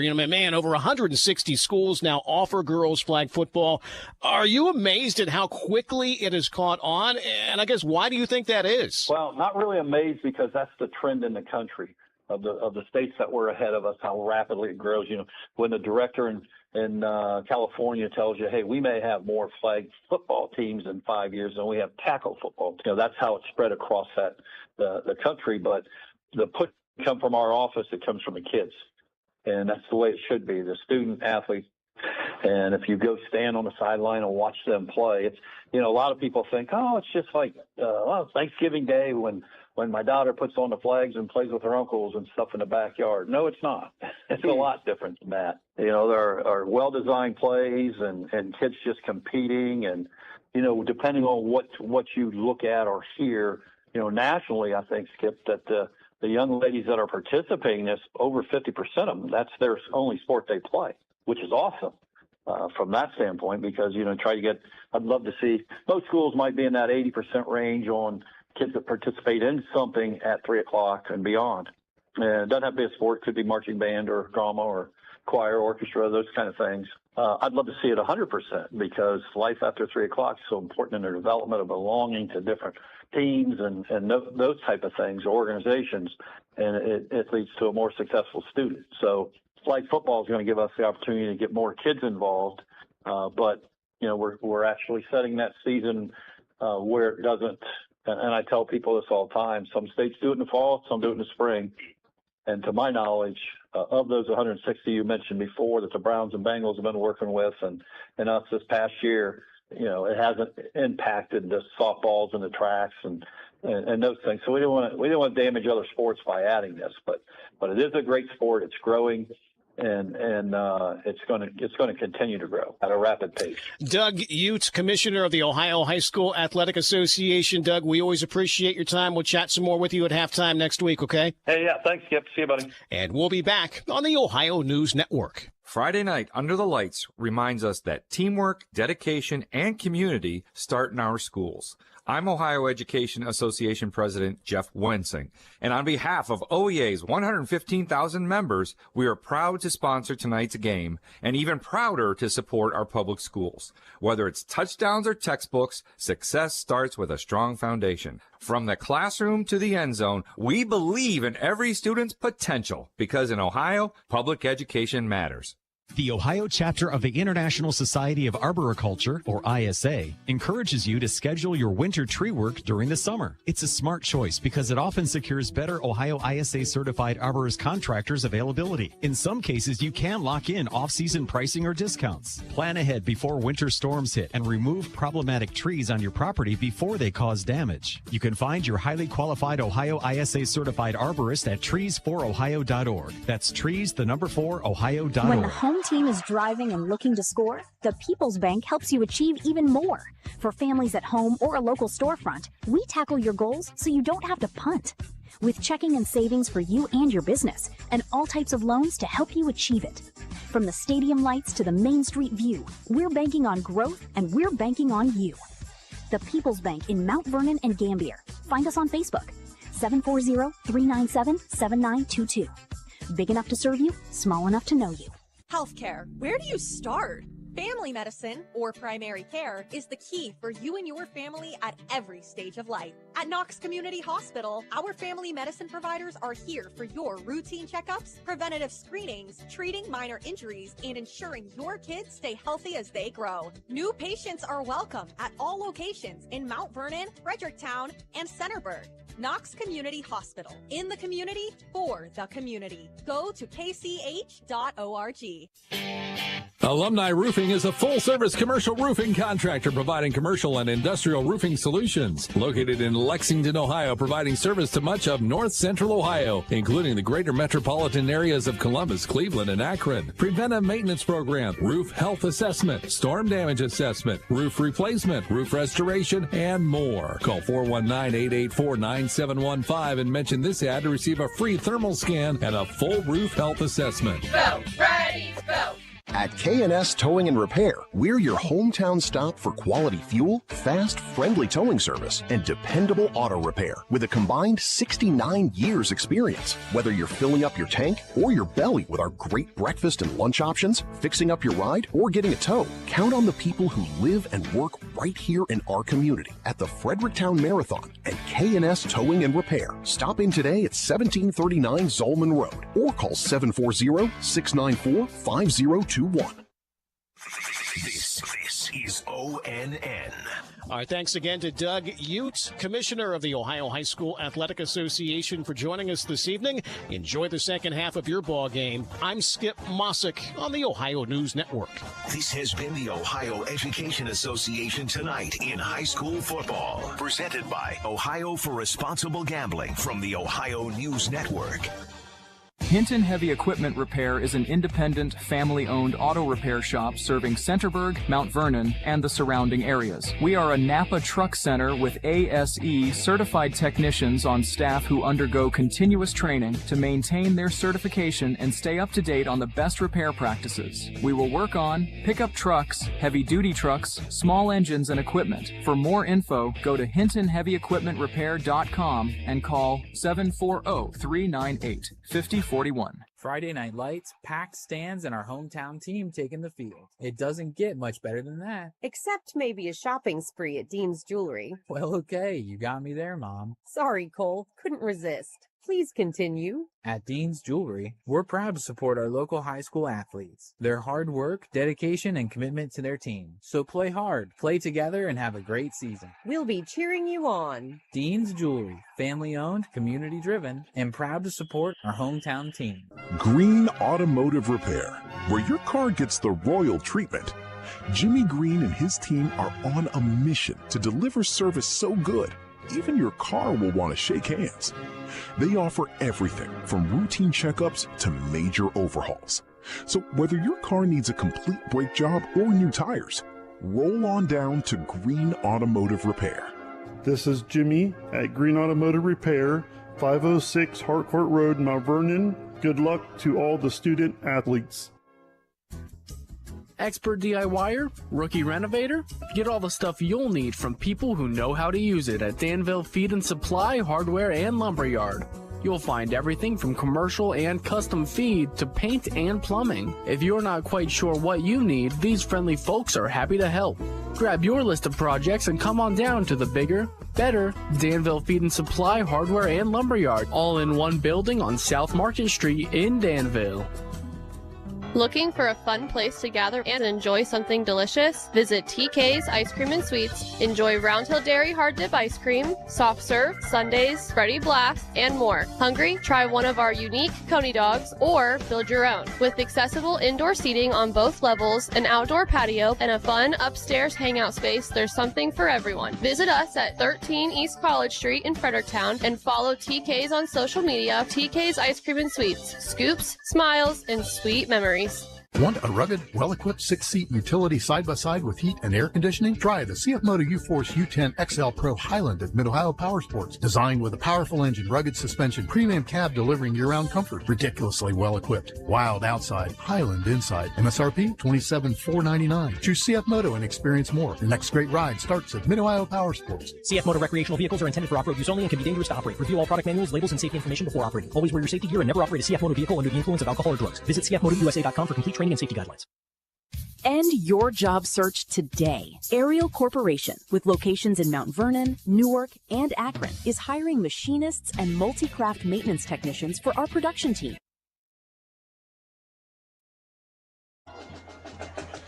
And welcome back to Utica High School, as our score here at halftime is Centerburg 14 and Utica 14. And it was a game of offense back and forth as Centerburg took the ball to start the game and went right off the bat, a 61-yard pass reception to Miles Marshall to set the tone at 7-0. And Utica came right back, didn't go for the big play. They had a nice methodical drive, about 90 yards, and were able to punch it in on a 3-yard run by Hayes. And then after that, Centerburg once again got the ball back, once again went right over the top. This time he was able to hook up with, I believe it was number 5, yes, Carter Rowenbeck on a long touchdown score, take the lead at 14-7. And then Utica was able to answer back as they were able to hook up was Hayes and Weston Simon on a deep ball right over the middle, a nice post run as he was able to outrun the defense. And that has gotten us to where we are at right now, which is a tie ball game, a game that offensively has looked great for both teams. The only kind of negative, I guess you would say, for Centerburg is the one interception. Yeah, the one interception, but Utica not finishing the drive right there before the half. I think they probably look back. If Centerburg ends up winning this game, Utica's going to look back to that as a real big missed opportunity there right before the end of the half. Indeed. So for the Trojans coming out defensively, they are going to have to find a way to stop this run from the Redskins. McInturf has been an absolute one-man wrecking machine behind that line of scrimmage, and then you give the nice kind of 1-2 combo there of Hayes running the ball as well. It's been an uphill battle for the defense for the Trojans. Yeah, they had to spend the entire time in the second quarter on the field. So we talked about who is going to get fatigued. These are early games, hot, humid. When you're playing defense, it usually takes a little bit more energy for you. So we'll see if that really – Utica's going to get the ball coming out of the half here. Those bigger bodies up front, their offensive line's been doing a good job. Are they going to be able to start leaning on Centerburg and continue to control that tempo and then put the ball in the end zone? That's going to – this first drive coming out is really going to be a big one. It's really going to set the tone for the second half. Exactly, and that's what will be interesting to see as we get ready here for the second half. We're going to step out for a quick break. You're listening to the Mount Vernon Nazarene University Friday Night Lights on WNVO. End your job search today. Ariel Corporation, with locations in Mount Vernon, Newark, and Akron, is hiring machinists and multi-craft maintenance technicians for our production teams. We are also looking for mechanics to join our assembly team. If you're seeking a change, come experience our 3- and 4-day full-time work weeks, excellent benefits, training opportunities, and profit-sharing bonuses. Apply now at arielcorp.com. That's ARIELCORP.com. When the home team is driving and looking to score, the People's Bank helps you achieve even more. For families at home or a local storefront, we tackle your goals so you don't have to punt. With checking and savings for you and your business, and all types of loans to help you achieve it. From the stadium lights to the Main Street view, we're banking on growth and we're banking on you. The People's Bank in Mount Vernon and Gambier. Find us on Facebook, 740-397-7922. Big enough to serve you, small enough to know you. At Dean's Jewelry, we believe being a family-owned business means a whole lot more than having our name on the door. It means being part of the community that we call home, supporting local organizations, cheering on our kids, and helping our neighbors celebrate life's special moments. And when you shop local, you're supporting local families and helping our entire community shine. Thank you for choosing Dean's and allowing us to support the community that supports us. Looking for a rugged, well-equipped 3-seat utility side-by-side with heat and air conditioning? Check out the CF Moto U-Force U10 Pro Highland at Mid-Ohio Power Sports. Designed with a powerful engine, rugged suspension, and premium cab delivering year-round comfort. Ridiculously well-equipped. Wild outside, Highland inside. MSRP $24,999. Choose CF Moto and experience more. Your next great ride starts at Mid-Ohio Power Sports. CF Moto recreational vehicles are intended for off-road use only and can be dangerous to operate. Review all product manuals, labels, and safety information before operating. Always wear your safety gear and never operate a CF Moto vehicle under the influence of alcohol or drugs. Visit cfmotousa.com for complete training and safety guidelines. When the home team is driving and looking to score, the People's Bank helps you achieve even more. For families at home or a local storefront, we tackle your goals so you don't have to punt. With checking and savings for you and your business, and all types of loans to help you achieve it. From the stadium lights to the Main Street view, we're banking on growth and we're banking on you. The People's Bank in Mount Vernon and Gambier. Find us on Facebook, 740-397-7922. Big enough to serve you, small enough to know you. Green Automotive Repair, where your car gets the royal treatment. Jimmy Green and his team are on a mission to deliver service so good, even your car will want to shake hands. They offer every. So as we come back at halftime here, just under 2 minutes before the start of the second half, and week number 1, and Will, there are a lot of games going on, a lot of scores to update. Yeah, around the area, we got Shelby all over Madison, 26-0. Ontario and Lexington in a close one, 14-7. Just down the road at Granville, the Clear Fork Colts are up right now, 21-7. Upper Sandusky and Northmore in a close one. Upper's up in that one, 14-7. I had a first quarter score. I don't know if this is still up to date, but Highland 7, Fredericktown nothing. And North Union, a good North Union team this year, all over Pleasant, 28-0. Don't have scores on Mount Vernon and don't have scores on the Blue Devils over at Danville. So there you have it. A lot of action going here first week and a lot of first week jitters getting out of the way. And one of the things that was nice to see for this game here, Will, is that there wasn't a whole lot of that. You really didn't see the false starts. You didn't see the the holding penalties. It was a very clean game for the most part. I think we only had 1 or 2 penalties total in that first half. Yeah, I think so, and that really shows the time and effort that the kids have put in throughout the summer. The coaches have put them in, well-coached teams, put them in situations where they're not going to make mistakes and they're able to execute their game plans. Good game so far. So it'll be interesting to see as teams are starting to funnel out of the locker room now. They'll throw another 3 minutes up on the clock just to give them time to work out. Great job at halftime by both bands for Centerburg as well as Utica. Put on a nice show for the fans and a good crowd just overall. Centerburg, 20, 30-minute jog down the road, comes down, brings their crew with them. Utica always does a good job for supporting the hometown sports team. Even when they've had their up and down seasons, they've never had a problem of making sure these fans are packing the stands. Yeah, as Curtis would always say, a little piece of Americana. Yes. Beautiful August night, sun starting to set.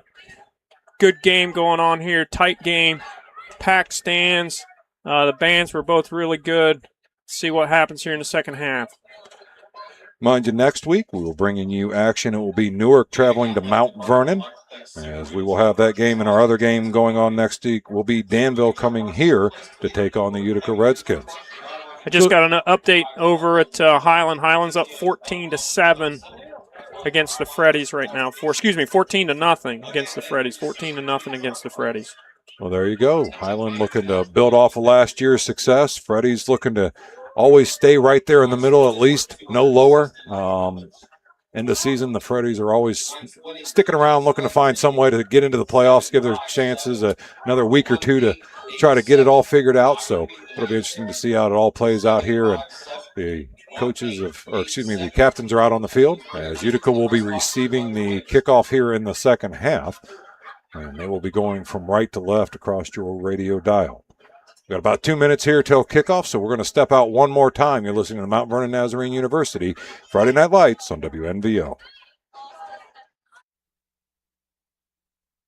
Green Automotive Repair, where your car gets the royal treatment. Jimmy Green and his team are on a mission to deliver service so good, even your car will want to shake hands.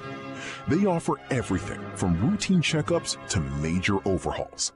So whether your car needs a complete brake job or new tires, roll on down to Green Automotive Repair.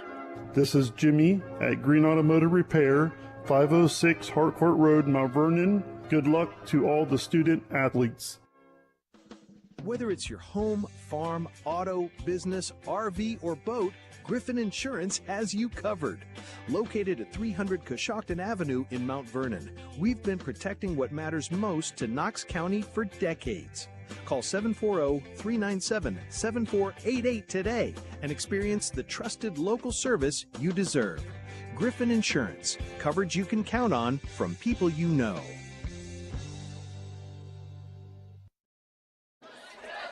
And welcome back, folks. We got what should pan out to be an exciting second half here of high school football in week one, as the host Redskins are tied with the Trojans 14-all in a game that's been back and forth as we discussed. And, now one of the other things to watch here as they come out of the locker room at halftime is, did any of that sitting start to cramp the legs a little bit? Are we going to see a little bit more of the fatigue here in the second half? What is that going to look like as far as their concentration and controlling the ball? As we saw in the beginning of the game, Utica had a couple balls pop loose. Now the official said it was after they hit the ground. Then you had another one almost towards the end of the first half there where they were extending, trying to get a couple extra yards on a run, and the ball came out, but the official again said they were on the down. But you keep doing that, eventually one of these times the officials are going to say that's a free ball. Yeah. Yeah, you're living dangerously when you're swinging that ball around. Squeeze it to your rib cage. Squeeze it to your rib cage. So Jack Fletcher is going to set up deep at his own 10-yard line to return this kickoff, as well as I believe that is going to be, looks like Connor Weigel on the far side there, but I can't fully see his number from here. And well, I guess we are assessing a penalty. Did we miss something? Yeah, this is interesting. I wonder if something was said right there on that last play of the half, and we didn't see it. Interesting. So they are going to be kicking off as the Trojans from their own 25-yard line. An opportunity here for the Redskins to get great starting field position as their upmen are both camped in between the 15 and the 20. And you're putting that Centerburg defense right back on the field. Again, they were on the field a lot during the second quarter, so we'll see if the Redskins can take advantage. They finally come set, do the Trojans. As the ball is teed up, and then it's going to be Bran Fravel. Getting ready to approach it as he gets his right foot into it. It's a low but end-over-end kick. It's going to be taken. It's going to bounce off the up man's foot at about the 20. He's going to pick it up, cut it across the 30, come back across the field. His teammate didn't do a whole lot of help there to block for him, and he's going to get wrapped up right about the 35-yard line. Not bad field position to start off. As that was Dalton Rodenizer on the return. First and 10 Redskins after a 36-yard line. So the Redskins start the second half here. First and 10 at their own 36-yard line. It is all knotted up, 14 apiece. As we bring you week number 1 action of high school football, Mount Vernon Nazarene University Friday Night Lights. So Taylor checks in at running back as Hayes will have 3 tight on the left-hand side, 1 split out far side to the right. Taylor on his right-hand hip as he takes the snap, fakes the handoff. He follows them, though, off that left side, made a man miss, and he tried to make a couple more. He keeps spinning himself out of those tackles down to the 40, and that is just all effort for a 4-yard gain. All Aaron Hayes, physical run. I was just going to comment on how Centerburg was gang tackling there. They had a lot of hats of the football. Hayes just kept churning it out. I think most of the hats on the football, though, were trying to knock the ball loose and weren't focusing on the actual task at hand, which is to get him to the ground. A little high against the big physical kid. First one in's got to get low, then the ones that come collect can try to find that turnover. So it's going to be second down. We'll call it about 6. Ball at the 40-yard line. 3 right, 1 near side left. Taylor on the right-hand hip. Hayes takes the snap. He bobbles the snap. He's going to just have to, well, he picked it up luckily. Woo! Boy, as Ballinger was flying in there along with another teammate. But that's going to be a huge loss. It's going to push them back behind the chains and make it about a 3rd and 14. As you're about to say, he just needed to get down on that ball. That was almost one of those situations where you make the bad play worse. And we had talked about that in the first half. He had made some good decisions there. That was a little bit reminiscent of last season, the younger man. He wanted to see if he could make something happen. He thought he might have an opportunity for that, but he was taken down, and it's going to be a long 3rd down now as they come set. Shotgun formation. He's going to have 2 far right, 2 to the near side left. His favorite target is Simon is going to be out far side right. Marshall lined up on him. Taylor is going to step up to the right-hand side of Hayes. As he takes the snap, he's going to drop back. Pressure comes. He steps up. He found a crease, and he found a hole. He's out across the 40 to the 50. It's a foot race down inside Trojan territory, and he'll go down at the 47-yard line. First down. Nice call by Coach Rowley. Design draw, spread them out. Took that little drop step. Middle opened up, wide open. Hayes first down. As you said, design play. Hayes did a good job of not rushing out of that pocket. But Hayes is down now. On his knee now, and not sure what this is going to be. He's looking back to the official. This will not be good if this young man is hurt again. As the officials are going to call a timeout. We're going to step out too. You're listening to Mount Vernon Nazarene University Friday Night Lights on WNVO. This is Lorraine from Buckeye Stoves. We are the cozy way to save. We invite you to stop by our showroom on State Route 95 in Fredericktown to see live burning wood, pellet, and gas displays. We can help you find the perfect alternative heating source to meet your needs. Buckeye Stoves, we will bring that heat. Good luck to all the local teams. BuckeyeStoves.com. Buckeye Stoves, the cozy way to save. So not quite sure what Hayes is fighting. I don't know if he's got cramps going on. I don't know if it's a little bit of a conditioning thing, but he is going to have to step out, and Gavin Dugan will be stepping in at quarterback. They'll have 3 out to the right, 1 near side left as Taylor will step up on his right-hand hip. Shotgun formation as he looks over the defense, takes a snap, turns, hands it off Taylor right up the middle. He made one man miss, but there he will get wrapped up and go no more. A gain of about a yard. Hayes coming right back in. So hopefully it was just a little bit of dehydration, some cramps, got some water in him, and he's ready to rock and roll as it's now 2nd down, and we'll call it 9 for the Redskins. Ball inside the Trojan territory right at the 45-yard line. On the near side hash mark. Again, right to left go the Redskins on your radio dial as they wear their home red uniforms with white trim. Their silver helmets with a nice feather display across them. Again, shotgun formation, 2 left, 2 to the right.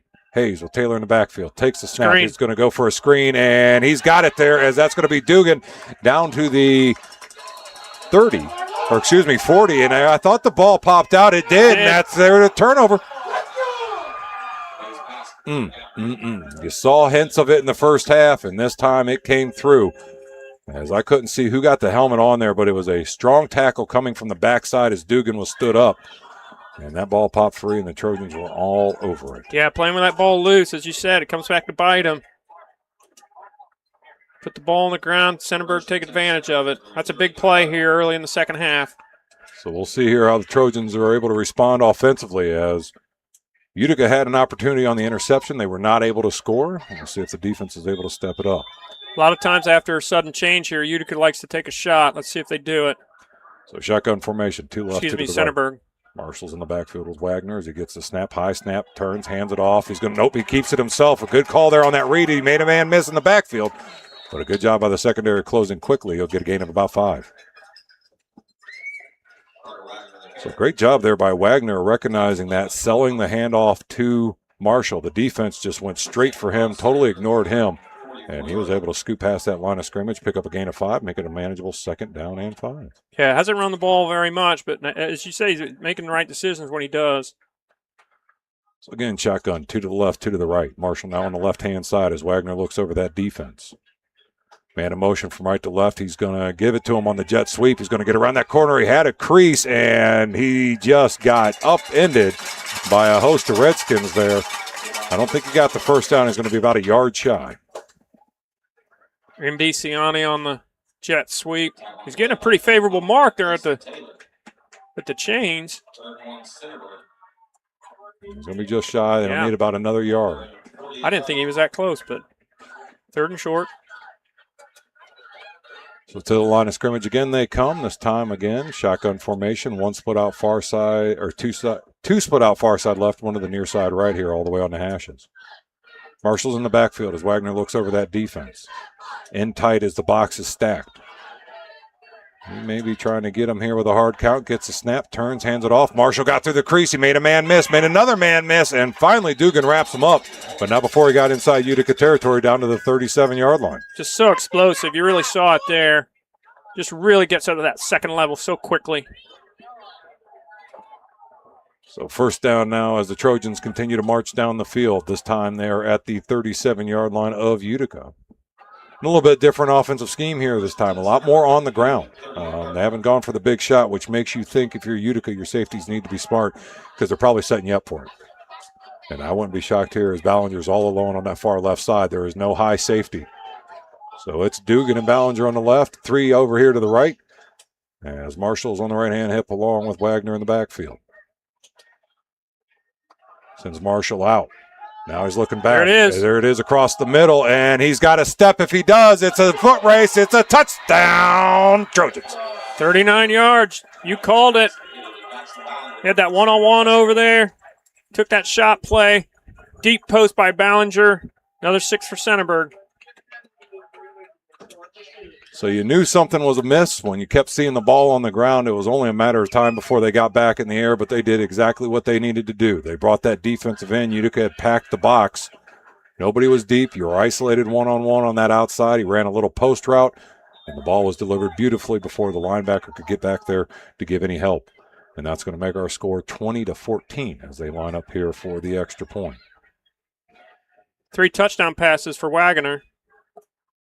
Having himself a nice debut. As the snap is back, the kick is up, and the kick is good. So our score, Centerburg 21, Utica 14. You're listening to Mount Vernon Nazarene University Friday Night Lights on WNVO. Whether it's your home, farm, auto, business, RV, or boat, Griffin Insurance has you covered. Located at 300 Coshocton Avenue in Mount Vernon, we've been protecting what matters most to Knox County for decades. Call 740-397-7488 today and experience the trusted local service you deserve. Griffin Insurance, coverage you can count on from people you know.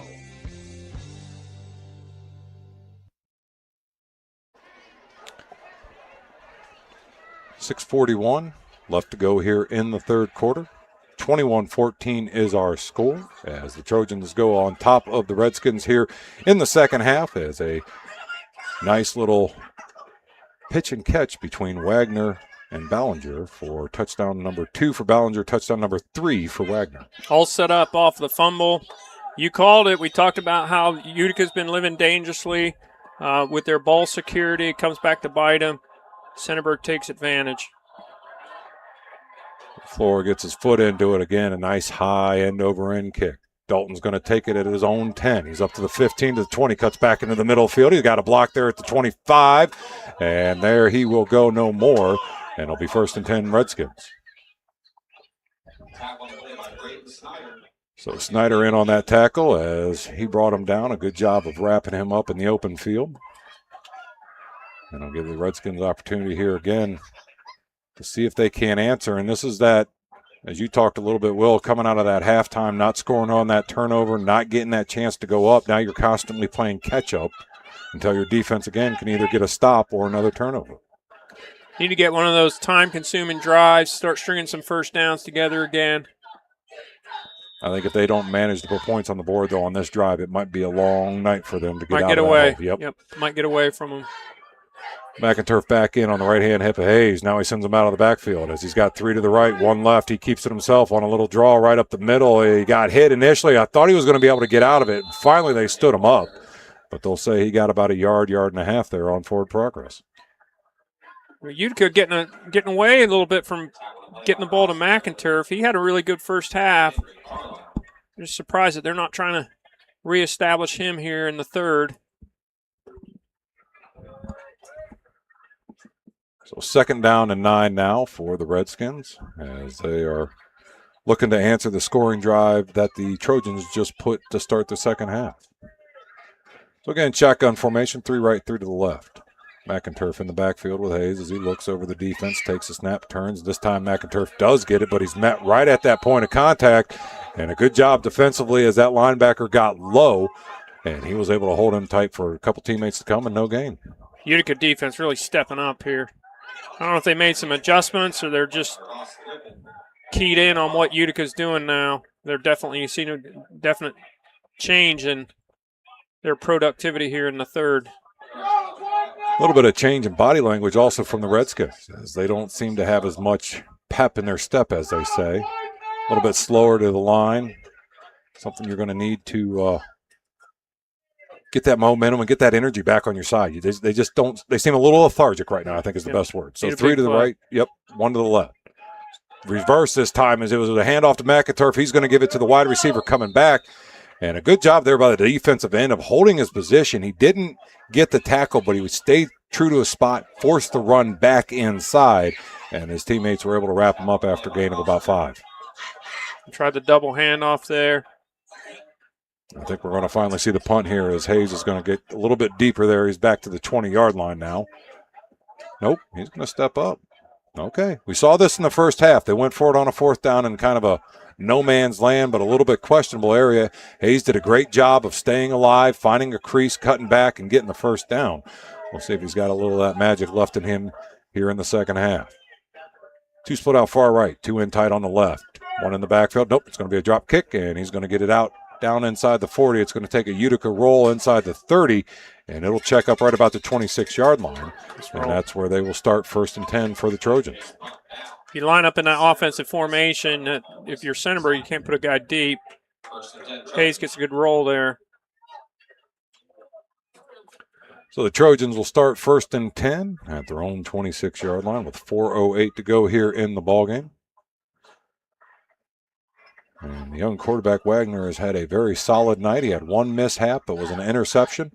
But other than that, he's made good decisions with the ball. He's done a good job of delivering it to his wide receivers. And has got 3 touchdowns to go along with it. So they'll come set. Shotgun formation. He's going to have 3 to the left, 1 split out far side right. As Marshall's on his left-hand hip. Man in motion from left to right. Takes the snap, turns. Marshall's going to get it off that right side. He made 1 man miss, another man miss, and he's off to the races. He's got 1 man to beat. It's going to be a foot sprint, and nobody is going to catch up, but we got yellow all the way back at the 37-yard line. I think that's going to be an exercise in frivolity, young man, as that looks like a holding play. Yeah, it's either going to be a hold or a block in the back. It's coming back. And Marshall he made like 3 guys miss right there, but it's all going to be for naught. And we're going to have a player down on the field. I think that's Cramps again. That looks like that's Marshall, as the official's going to stop the play and bring the trainers out on the field. We're going to step out too. You're listening to WNVO. Hi, it's Whitney from Danville Outdoors, the destination for folks across the region who live for the woods and the water. Our store in Danville has the best selection around, so stock up on everything from deer feed to practice targets. When that 10-point buck finally steps into range, you'll be ready. Before you go outdoors, come in and see us at Danville Outdoors. You're going to love our brand new building, South Market Street in Danville, danvilleoutdoors.com. Cramps is all it is, as the training staff is down there working with the young man in the end zone as he is stretching out his right leg. I'd like to thank all of our sponsors again for bringing you high school football action this year. Hinton Heavy Equipment Repair, Dean's Jewelry, Knox Community Hospital, K&S Towing and Repair, Schaefer Industries, Tech and Round Motors, Buckeye Stoves and Buckeye Roofing, Knox County Veteran Services, Danville Feed and Supply, Hardware and Lumber, Danville Outdoors, and that is Marshall, so he is up and heading off the field.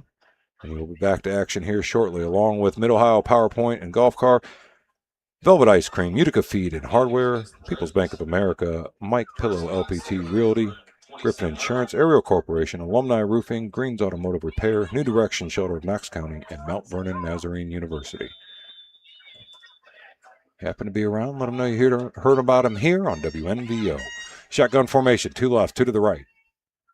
There's a man in motion from right to left. Wagner's got the ball. He steps back. He's going to get his swing pass out there. He's got his receiver. It's caught. Made a man miss. Made a second man miss. And there the teammates finally show up at about the 35-yard line. But he may have gotten enough there for a first down. Utica defensive back got to do a little better job just slowing down his pursuit. He got himself on the wrong shoulder, wrong side of Ndiciani. Ndiciani was able to cut it back there. So I'm going to say he's a little shy. It's going to be second down and about 1.5 yards. As the ball rests just short of the 35-yard line inside of Centerburg territory on the far hash. Trojans in their white tops, gray pants, red and white trim. 2 left, 2 to the right as his running back is on his right-hand hip. Wagner gets it, high snap, turns. He's going to fake the handoff. He keeps it himself. He made a man miss. The pressure just came flying up the middle, and it was just too much before they brought him down. Still leaving him a little bit short here on the third. On the third down. Nice penetration by the Redskins on that play. So third down, we'll call it 1 yard. Though the ball looks like it's further down the field than it was prior. Shotgun formation, 1 left, 1 right. 2 tight ends this time. As Ballinger's on the right-hand side. Wagner with his halfback on his right-hand hip. Still no Marshall. And losing that threat seems to have slowed them down just a wee bit here on this drive. They're going to send Ballinger in motion from right to left. High snap, turns, hands it off. Running back's got a man in the backfield. I don't think he got it. We'll see what the official said, if it's going to be a favorable spot. The far side looks like he's giving it to him. And Carlisle, nope, he's going to be shy. It's all on the spot. Oh, no. Oh, okay, it. All right. They're moving it. Little trickeration on me over there. My old man eyes failed me. So it's 1st and 10 again for the Trojans as Marshall checks back into the ball game. Shotgun formation. 2 tight ends, 1 left, 1 far side right. Marshall camping on the right-hand hip of Wagner. Box is crowded. High snap, turns, hands it off. Marshall runs into a defender, tries to get out of it, and he cannot. And a good job there defensively by the Redskins of just wrapping him up and waiting for his teammates to come help him out. That's about the third high snap on this drive by the Trojans. That's where that fatigue starts to come in. And one of the things that people often forget is as you physically get fatigued, mentally you start getting fatigued too. And you'll start making more and more mistakes. Shotgun formation again. 3 right, 1 far left. Marshall on the right-hand side as Wagner looks over that defense, comes set. Sends Marshall out of the backfield. Again, a high snap. Again, looking down that left side. Dugan one-on-one with Bellinger, and this time it is overshot at about the 30-yard line and incomplete. Good coverage. You can tell they've learned a little bit. This time Dugan's playing back. He was pressing him a little bit. I won't say bump and run, but he was up within 3 yards of him on the line of scrimmage in the first half. Now he's setting up about 7 or 8 yards back. He was already waiting for him when he turned on his break and was able to knock it down if it was in there. You're giving him a little bit of cushion. Not so vulnerable on those double moves. So 3rd down and 11 now as the Trojans look to keep this drive alive with 1:08 to go here in the third quarter, leading 21-14 over top the host Redskins from Utica. 3 right, 1 left. Wagner takes a snap. He rolls right. He's looking. He's got time. He's going to throw it again. A high pop, but he's going to be caught, and it's going to be inside the 40 down to the 31-yard line. And a great job there by the wide receiver hauling that in. Green DeCiani gets behind the coverage. It's a nice throw. Good, accurate throw by the quarterback. Gets him out of a hole. There's that big play you hadn't seen a whole lot of here in the second half. So the ball will be set 1st and 10 inside Utica territory at the 32-yard line. Been impressed with Wagner so far. He's having a great game. Night. Yes, sir. So there's going to be 3 split out to the left. Ballinger in tight as a tight end on the right. Marshall in the backfield on the right-hand side as well. Wagner takes a snap again, high snap, turns, hands it off. Marshall stutter step, made a man miss outside the 25. He cuts it back up to the 20. He slips through another one, and it is touchdown, Trojans. Just another classic Marshall run, quick to the second level, nice lateral movement, gets into the secondary. They can't catch him. It's explosive. It's an explosive speed. You just gotta get down there. You gotta get low. Too many of the ball or the defenders for Utica are reaching for the ball, hip level, shoulder level. He's not going to go down that way. Got to get down there, interrupt his foot pattern, see if you can't trip him up a little bit if you can't catch him. But again, Marshall showing off his speed, taking it to the house. So our score is 27-14 now as they will line up for the extra point.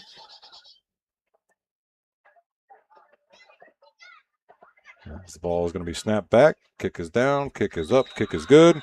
And that is our score. Centerburg 28, Utica 14. You're listening to Mount Vernon Nazarene University Friday Night Lights on WNVO. There's something special about shopping local at the Shop on Main, 167 North Main Street in downtown Fredericktown. Your full-service flower shop offers flowers for every occasion, delivery, and convenient online flower ordering. Plus, discover unique gifts from local merchants and visit Olive & Oak, the boutique inside the shop. Visit shopmain.com, follow the shop on social media, and call 740-848-0094. Fredericktown. Shop, live, dine, play. Utica Feed and Hardware offers a wide range of services to our clients. With a grain elevator, you'll be loaded up and off on your way in no time. We have formulated feed mixes for livestock as well. If you're in need of plumbing, electrical, paint, lawn and garden supplies, we have you covered. Located in Utica at 138 Church Street, 740-892-3831. Utica Feed and Hardware. 740-892-3831.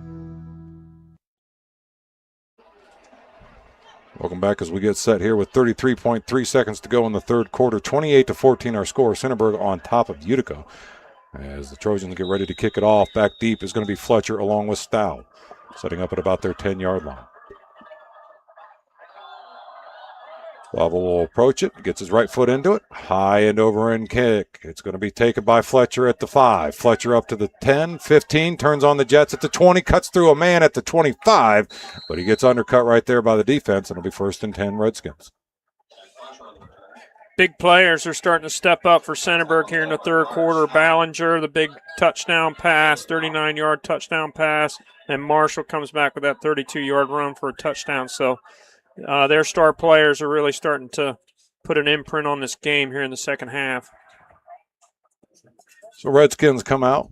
They're going to have to find a way to score here somehow, some way, if they want to stay in this ballgame, which, again, has been pretty good. But unfortunately, the telltale sign of not being able to control the ball and then not being able to capitalize when your defense got you the turnover are the two things that is causing Utica to be trailing by 2 scores.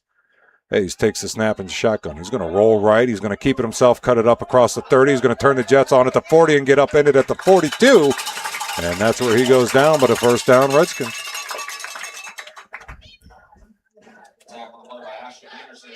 Well, Anderson on that tackle for the Trojans did a good job of cutting him down at the knees, but Hayes again showing off that speed, that athleticism. I'm sure his coach is asking him not to do that hurdle move again.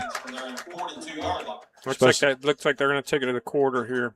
Especially in the first game. We're going to need you a couple more weeks here, young man. Shotgun formation down to the end of the quarter, and that is it. So our score here is Centerburg 28, Utica 14. You're listening to Mount Vernon Nazarene University Friday Night Lights on WNVO.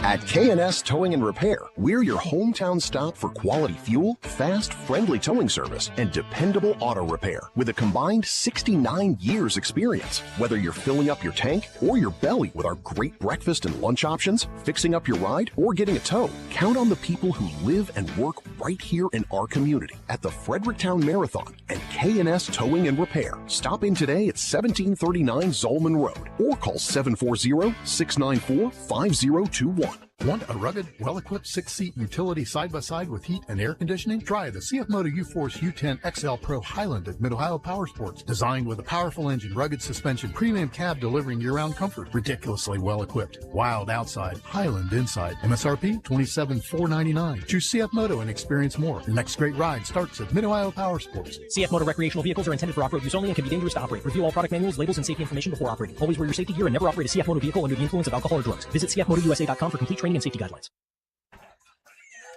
So we get started here in the fourth quarter. Our score 28-14, Centerburg on top as Utica has the ball first and 10 at their own 42-yard line. Taylor in the backfield goes on the left-hand side of Hayes as he's got 2 left, 2 tight onto the right. Fakes the handoff. He's going to roll left. He's coming back to the right. He's looking. He's got a crease if he can get it. Nice block by Taylor at the 45. He's down across the 40. Steps over to the defender and driven out of bounds at the 35. And I tell you what, great job there by the young man Taylor. You're going to have unsportsmanlike penalty coming in on Centerburg. But Taylor took a block as he did a great job going up against big number 55, Joe Ball. At 6'2", 205 pounds. Taylor at 5'7", maybe $140. Nice block. A little tussle on the sideline after the whistle had blown. I believe that is going to be on Centerburg. Dead ball, personal foul. On Centerburg it is, so that'll be another 15 yards at the end of that run.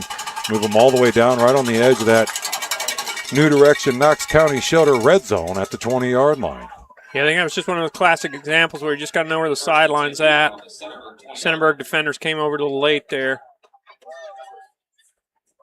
Tacked on some more yardage for the Redskins. So the ball is spotted at the 20-yard line. First and 10 as they have 3 split left. Empty backfield, 2 on the right for the Redskins as Hayes looks over that defense. Comes set as he barks out the signal, takes it, he goes to the right on a little pulling guard action, gets around that corner, stiff arm at the 15, cuts back to the 10, and he gets wrapped up and falls down right at the 10-yard line. Looks like the ball might have popped loose again, but he was able to rope it back in. I really like Hayes' physicality, but, you know, these plays that go to the sideline where he's got an opportunity to get out of bounds, I'd like to see him do that. He's going to be taking a lot of punishment throughout the year. You just save your body just a little bit if you can just get out of bounds there. So again, Hayes with the direct snap again. Same play off that right side. This time no room to run as he falls forward to the 8-yard line, and he'll go down there. Yeah, exactly what you're saying. Yeah, you look at the young man, and he's a lot of heart. There's no denying his desire and want to make a play to help his team out, but understand the game, understand that you got a lot more mileage you got to put in throughout the season, and if you can get out of bounds, avoid a little bit of the hit, it may take your street cred down with the homies in the locker room, but I can promise you at the end of the year you're going to be feeling a little better for it. So second down and goal now for the Redskins as they are inside the New Direction Knox County Shelter red zone. 2 left, 2 to the right. Simon on the near side here to the right. Taylor lines up on the left-hand side with Hayes. It's a little miscommunication there. I'm not sure if they were on the same page completely. And there, Hayes is going to fall forward to about the 5, but he ran into Taylor in the backfield. And Taylor seemed like he was expecting to see the ball. Taylor looked like he was coming across on the mesh point, expecting the ball. Hayes thought that Taylor was going to be the lead blocker, and they just ran into each other. I wonder what's going on with McInturf, and we haven't seen him this drive. No, we have not. Might just be changing it up here. So shotgun formation again, 3 left, 1 right. Taylor being shuffled over to the right-hand side of Hayes.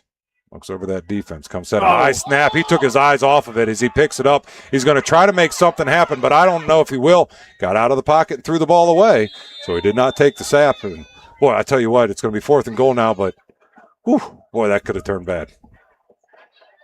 Yeah, that's just really unfortunate. Again, Utica's going to get down deep inside the 20, and they're going to risk coming away with nothing here. Oh, what do we got? Now we got a flag. Oh, they're looking at grounding. I think they're going to get Utica for grounding here. Okay, well, I was going to move the ball back to the... And that was a tricky one. He was out of the pocket, and there was a guy. I mean, there was a guy within 5 yards of that play. Receiver.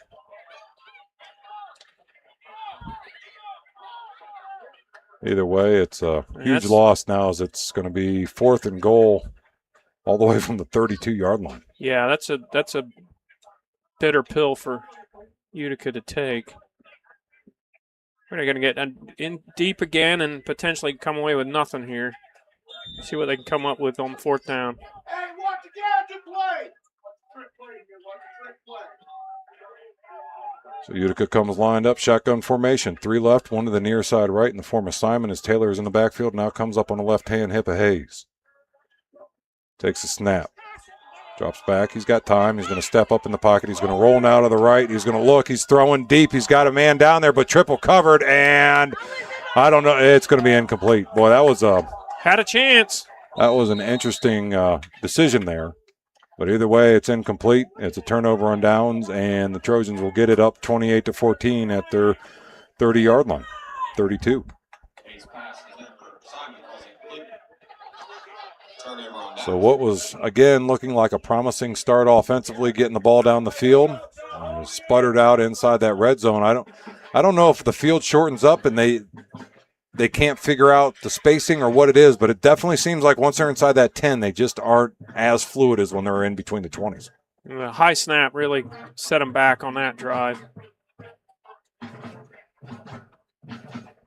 Yeah, there's going to be a couple plays that Utica's going to look back on the film, say if we had been able to execute there, we're right in this thing.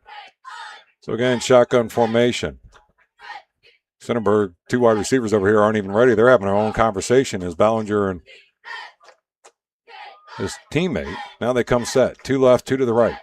Snap. Fake. Looking deep. Got the man beat. Over the top. Caught at the 35 of Utica, and he'll get wrapped down to the 30.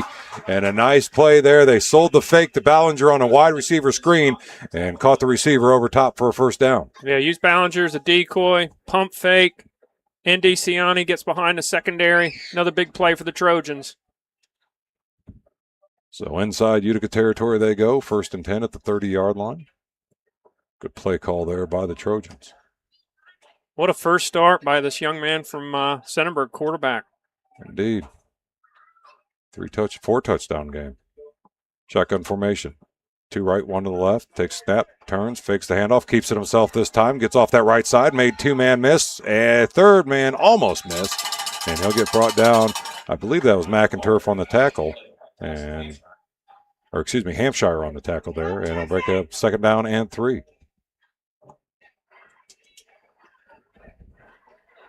So Trojans now are in a position, I think, offensively, you just kind of want to eat up as much of that clock as you can. Let this game wind down. You're down to 8:15 to go here in the ball game, up 28-14.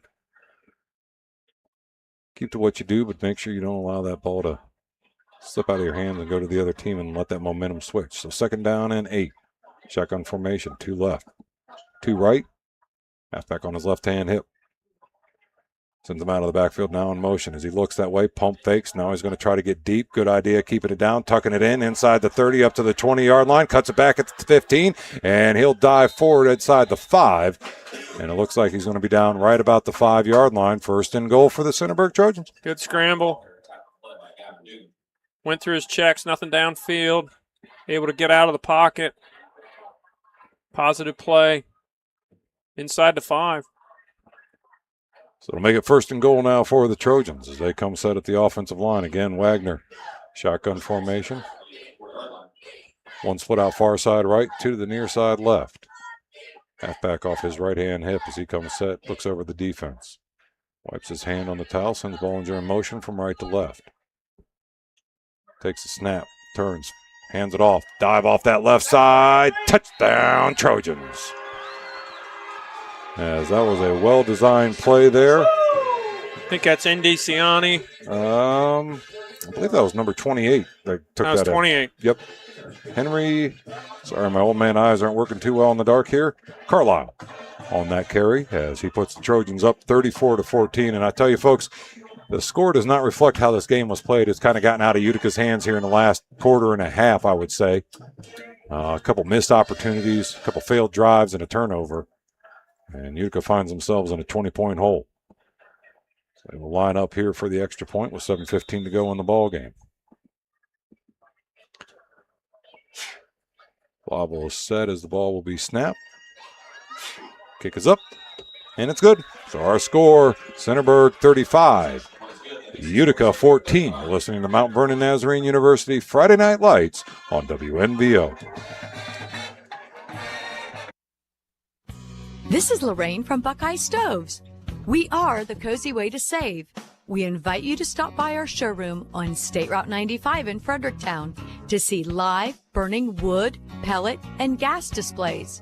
We can help you find the perfect alternative heating source to meet your needs. Buckeye Stoves, we will bring that heat. Good luck to all the local teams. BuckeyeStoves.com. Buckeye Stoves, the cozy way to save.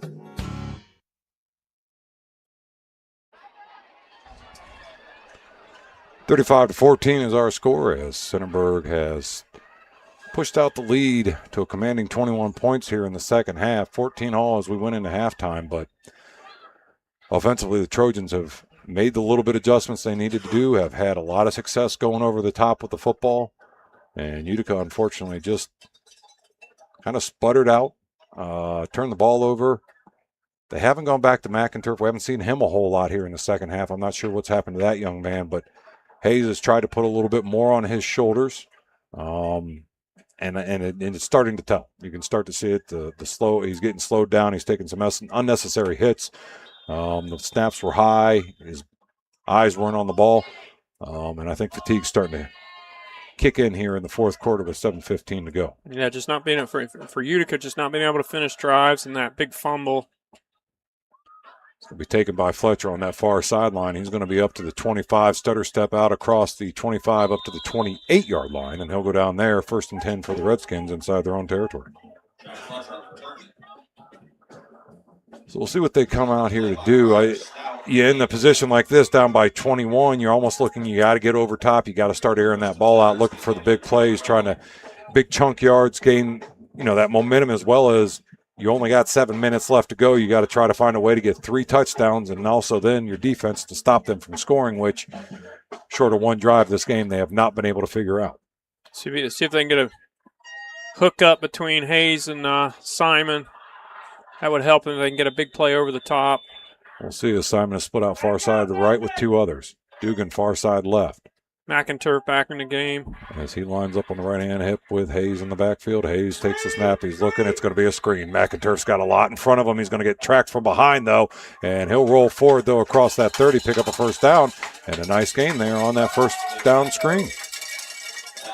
Looks like Centerburg's got a man down. I was going to say, I thought I saw Laundry come flying in, too. It looked like it might have been a late hit piling on. I'm not quite sure, though. We'll see what the officials come up with as they discuss that. And it is going to be on Utica, so maybe a block in the back or a hold. Not quite sure. I didn't see a signal yet. We're still discussing it along with recipes for meatloaf. It's a legal man downfield. It's always the danger on the screens. Yep. Especially early in the season. Yeah, and it kind of I can see that. I mean, that offensive line was a good 7-8 yards downfield by the time the ball was delivered to McInturf, so it's going to push them back 5, make it 1st and 15. So again, they come set in the shotgun formation, 3 right, 1 far side left. As McInturf on the right-hand side of Hayes. Takes a snap. He's going to roll out to the right. He's got time. He's got a receiver. If he can hook up with him, I believe he is going to have his man, and he falls back. But a nice big gain inside of Centerburg territory down to the 39-yard line. Rodenizer with the nice catch there. Boy, if he'd been able to keep his feet, I think he would have scored. Yeah, the ball just a little bit underthrown, but a great job there. They used Simon to pull the defense away on a post route and then just kind of snaked him from the backside slot position across the middle of the field, and he was able to hook up with Hayes for a big gain. See if the Redskins can use this momentum a little bit here. That's called scheming your wide receiver open. So shotgun formation, 3 left, 1 to the right in the form of Simon. He's in tight against the tackle. McInturf steps up to the left-hand side of Hayes as he takes the snap. He's going to drop back. He's looking. Pressure comes. He steps up, and he was trying to look downfield. I don't know. Simon got absolutely mugged at the 27-yard line. Nobody seemed to witness that. And now we got another flag on the field. There's just a lot of chippiness out here on the field right now. We'll see if the officials come up with after they sort out all the laundry. Yeah, but Simon was on his back with a defender on top of him right about the 28-yard line. That's who Hayes was initially looking for. Yeah, Simon got tackled. We'll see if the official, I don't know the way the officials line up. He looks like he's going to call it on Utica.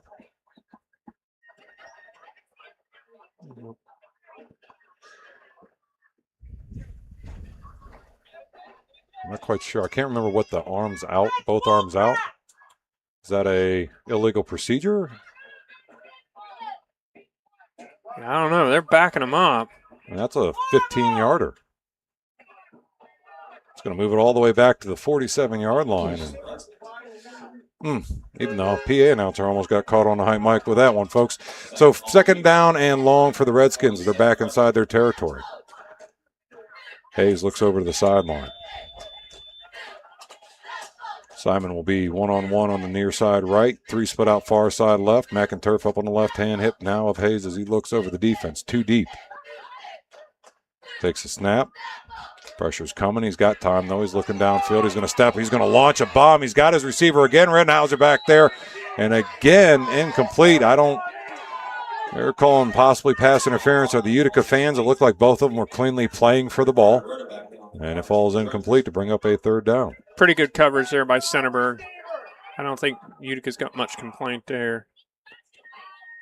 So again, just the unfortunate nature of some of the mistakes or mental lapses of the Redskins have put them in these predicaments where they're trailing right now by 21 points, 35-14. As Hayes is looking over the sideline for the play call. I think it's interesting. There's a lot of hands up going on from the field to the sideline, trying to figure out what people are calling or what they're attempting to do here. I don't think there's a lot of unity right now on the game plan, and that's showing as well in their structure of picking up yards. Now Hayes will keep it this time on a quarterback keeper. Spun out of that again. I don't know if the ball came loose. We'll see what the official decides here, but I think he was already down when that ball finally came out, and that's what the officials are discussing right here at the 44-yard line of Utica. No signal yet? Nope, they're going to say the Trojans got it. Interesting. Well, a second turnover now for the Redskins, another fumble. You just had a feeling the more the referees talked and they didn't give a signal that it was probably going to go Centerburg's way. So 1st and 10 as the Trojans will take over with 5:28 to go here, leading a commanding 35-14. And I cannot say enough about this young quarterback for the Trojans. As Carter Wagner, 5'10", 155-pound junior, has had himself a wonderful night throwing the ball, running the ball. He's made a lot of good decisions. He had one interception, but as you and I talked at the time, you couldn't tell if that ball was hit or something happened because it was just a weird flight pattern as it floated out there. But other than that, he's put himself together a great game, and he's had a lot of help from his teammates, Ballinger, Marshall, just to name a few. So again, shotgun formation, 3 right, 1 to the near side here left. Snap, turns, hands it off. It's going to be a dive up the middle. He's going to get hit in the backfield, and he'll get maybe 2 yards. As a host of Redskins were there, Hampshire and Hampshire number 2, both of them in on the tackle, along with Dugan. Centerburg just wants to keep this clock rolling now. Yep, that is their friend. Just let it roll down as much as you can. And make sure that you go home with a win.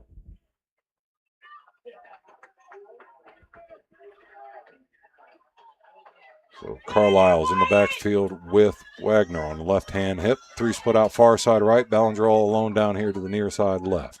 High snap, fakes the handoff, keeps it himself. Nice job of getting inside. As he gets around, we got a flag down.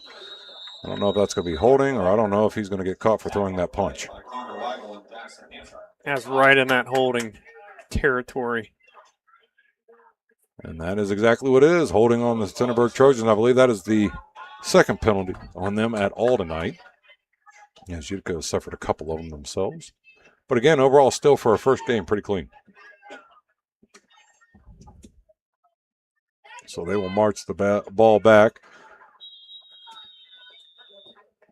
As it will now be a second down and about 20.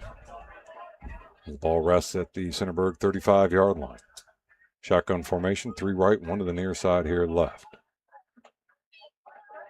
Wagner takes a step. He's got time. He's going to look. Ballinger's there. He's going to make the catch at the 40, cut it back into the field. He made one man miss, but a great job there of holding on for his teammates, and they were able to wrap him up a gain of about 9. Gets it back to the original line of scrimmage to bring up a 3rd and 10. It's a good pitch and catch.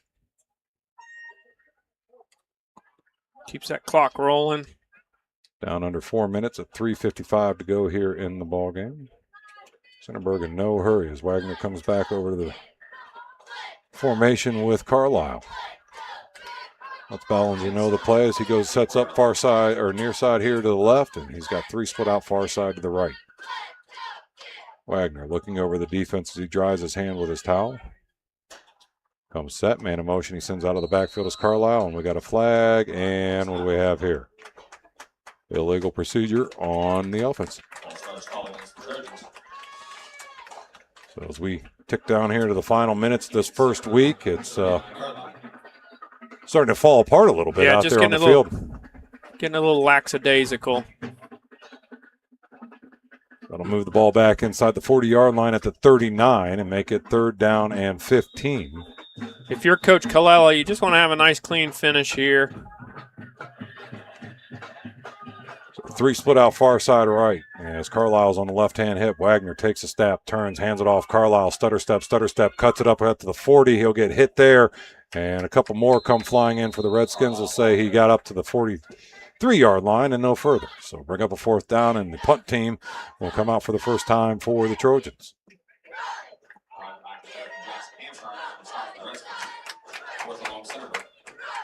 So Centerburg will be forced to punt for the first time tonight. As Rauch will come out to do the kicking duties for the Trojans. McInturf will go back deep for the Redskins as Dugan will set up at about the 40-yard line. McInturf at about the 28. One too many on the field as they hustle off, and it'll be ball snap. Pressure comes. Almost got to it as Taylor brought the pressure up the middle. It's going to be a high end over end kick. It's going to take a Centerburg bounce inside the 20. And it'll be down there right about the 19, and it'll be 1st and 10 Utica at the 19-yard line.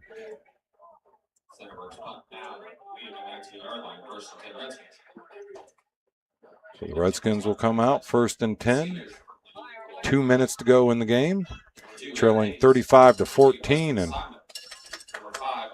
and I think as you look at Utica's performance here tonight, the one thing the coaching staff's going to have to look at are two things. One, conditioning. The second half, they just kind of fell down the slope there a little bit, and just cleaning up the ball handling. A little bit too loose with that away from your body. Yeah, those are the two big things. Those two big turnovers. And the conditioning, you can definitely tell that Centerburg – and I was concerned about that because Centerburg's defense had been on the field the entire second quarter, and it seemed like maybe Utica would be in a position where they would be able to start leaning on Centerburg, but that definitely was not the case. The Centerburg defense made those adjustments they needed to, generated those two turnovers, and as you're saying, it just seems like Utica's just a little lost here in the second half, and much of that probably has to do with conditioning and fatigue. So we got a flag on the play there. It was a pass attempt by Hayes. He was trying to hook up with Simon again on the sideline, but Simon found himself once again laying down with a defender on top of him. But I don't know, as long as they're talking about that in there, I'm not sure which way they're going to call this. If they're going to say it was Simon who initiated it or if they're going to say it was a Centerburg defender. And finally, they decided, I guess, what they're going to go with. We're going to have personal foul, roughing the passer against the Trojans. Okay. So, yeah, just getting a little sloppy here down the stretch. So the clock's going to hover at 2 minutes with a 35-21 score here.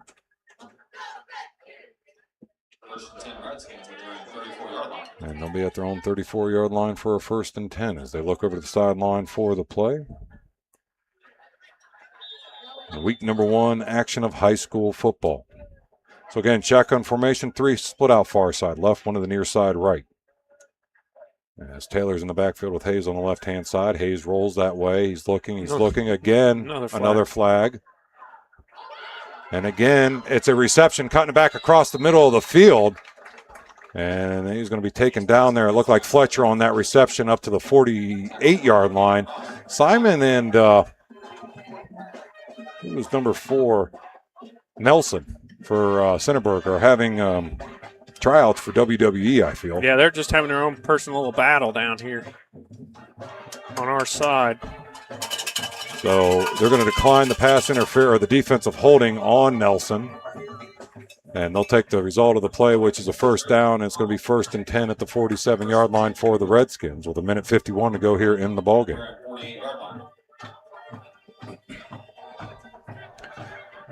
So again, the Redskins, they show flashes. They can clean up some of the turnovers, keep the conditioning all 4 quarters. They can find ways to win ball games. So Hayes, most definitely. Hayes again in shotgun formation, 2 left, 2 to the right. He slips in the backfield, still steps up. He's still going to get the ball away. It's one-on-one coverage down the far sideline and incomplete as he was looking to hook up with Dugan down the far sideline right about the 10-yard line. But a great job there defensively in the coverage for the Centerburg Trojans. So that stops the clock at 1:42 to go here. 2nd down and 10 still for the Trojans. I'd like to thank our sponsors, Hinton Heavy Equipment Repair, Dean's Jewelry, Knox Community Hospital, K&S Towing and Repair, Schaefer Industries, Talk Round Motors, Knox County Veteran Services, Buckeye Stove, and Buckeye Roofing. So what do we got? What are we doing right now? Whistle is blown. But what? This last 2 minutes is like an odyssey. Like the film. Yeah. It won't end. It just kind of completely went off the rails from a game that was going pretty steady and pretty smooth. It was like we jumped the tracks and have gone into a parallel. All right, so again, here we come set. Shotgun formation, one far side left, three to the near side here right. As Taylor lines up on the right-hand hip. Hayes takes the snap. He's going to roll right. He steps up in the pocket. He's looking. He's going to try to step up again. Made a man miss. Somehow made another man miss. Another stiff arm. He's got a bus rider that he drags all the way down inside the 40 to the 38. And another flag in the middle of the field at the 38-yard line. Believe it or not, another flag. I think the officials are trying to get overtime pay. I mean, we didn't see a flag on the field for the first 3.5 quarters. I felt like maybe 2. And here in the last, like you said, it's just a never-ending story. Just keeps going and going, as they say. So it'll be a holding on the Redskins. That'll move them back inside their territory again. I think they've gone up and down the field between the 240s at least 4 or 5 times here in the last minute and a half. I believe you're correct. And that takes away a nice gutsy run by Hayes. So second down, 15. The ball's at the 42-yard line of Utica. As Hayes is in a shotgun formation. Taylor's in the backfield with him. 2 left, 2 to the right. Takes a snap, a little bit low, but he keeps it. He's going to sidearm it out to Weston Simon. He's going to cut it inside. Now cut back, a nice stiff arm, and Nelson did a good job of holding tight. And here we go again, but there it is. There it is. I knew somebody was going to be throwing a flag. As Nelson stood over top of Simon. That's just a no-no. You can't do that. Yeah. Boy, I tell you. I don't know why it took the official from the far side to throw it, because it was pretty blatant. And Coach Collada won't be happy about that. Another personal foul and another free first down for the Redskins to keep a little life in this sideline as we're down to a minute 2 here to go. 35-21 is our score. Yeah, Nelson's a senior too. He just doesn't need to be doing that. So Simon, I got a feeling there's probably a history there neither one of us are ever aware of, but something tells me it probably transcends more than football. I know Simon and Nelson also play basketball, and I know they both run track. So something tells me it's just that natural competitive juice. You see the same kid over and over again you're constantly competing against, and that's how you kind of sometimes come into it here. As Utica has taken a timeout, they're talking this over. As our score again, 35-14 with a minute 02 to go. Thank all our sponsors, Danville Feed and Supply, Hardware and Lumber, Danville Outdoors, Mid-Ohio Power Sports and Golf Cars, Velvet Ice Cream, Utica Feed and Hardware, People's Bank Gambier, Mike Pillow, LPT Realty, Griffin Insurance, Ariel Corporation, Alumni Roofing, Green Automotive Repair, New Direction Shelter of Knox County, and our title sponsor, Mount Vernon Nazarene University. The Redskins got one more opportunity here, try to put another score on the board, see if they can't close that gap a little bit into a 14-point game, but we will see here what they come up with as they break the huddle. Some walk, some jog. It's been a long day, Coach. Ball sits at the 35 on the near hash mark. 2 to the left, 2 to the right as Taylor steps up on the right-hand side of Hayes as he looks over that defense. Takes the snap, fakes the handoff. He's got time. It's only 3-man pressure. He's going to step up a little bit on that right side. Still got time. He's going deep. He's looking for Dugan in the end zone, and incomplete as that hit him on the back shoulder pad. Great coverage there defensively. Dugan was hoping for a flag, but I think that was just good one-on-one coverage. Had a chance. Dugan put himself between the ball and the defender. Had a chance there. So that makes it second down now with 52.3 seconds to go.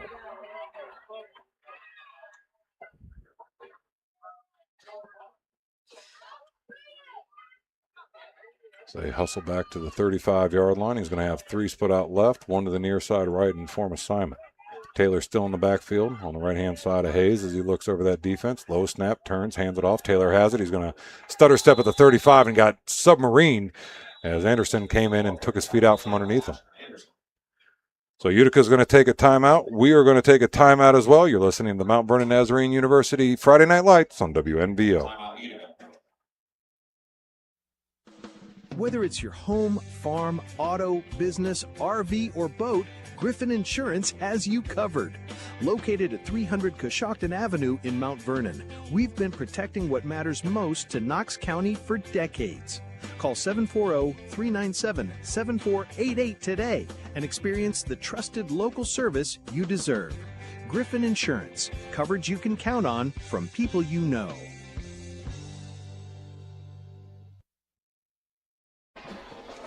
So they put another 2 seconds on the clock. So it's going to be 46.5 seconds to go in the ball game. 3rd down and 8 as the ball's at the 33-yard line of Centerburg. 35-14 is our score. Utica trailing by 21. In a game of 2 halves, the first half was a tie one. The second half has been nothing but the Trojans. So shotgun formation, 2 to the left, 2 to the near side right. As Taylor's on the left-hand side of Hayes in the backfield. Takes the snap, a little bit of pressure up the middle. Hayes is going to step up. He's just going to keep it, and he's going to run to that far side. He gets around one defender out across the 20, cuts it back into the 15, down inside the 10, and he'll truck his way about to the 2-yard line before he goes down just shy of that goal line, and we got what? A flag all the way back here. That must have been a block in the back. That's most likely what it's going to be. 1 step forward, 3 steps back is the old adage, as they would say. I think I go back to what I said in the pregame, just Utica and their consistency. I mean, Aaron Hayes he's a real weapon. If they can just get some consistency with their effort and execution, they can have some success. It's not going to get any easier for them. They're right back here next week against Danville. Yep. Danville brings back a lot of talent this year, so that'll be a tough one. For Centerburg, they got a tough one going over to Johnstown. So 3rd down as we're down under 30 seconds here to go in the ball game. That was Centerburg's only regular season loss last year, week 2 against Johnstown. 3 right, 1 to the left as Hayes looks at his wristband. Comes set. Taylor on the right-hand side. Takes a snap, fakes the handoff. Quick little shuttle pass to Fletcher. And just a little bit high, but off his hands. Could have been caught, and it's incomplete. Stops the clock at 14-5. We got a player down for Utica. I don't know if he's able to hop up. He is. He's up. He's got to come out.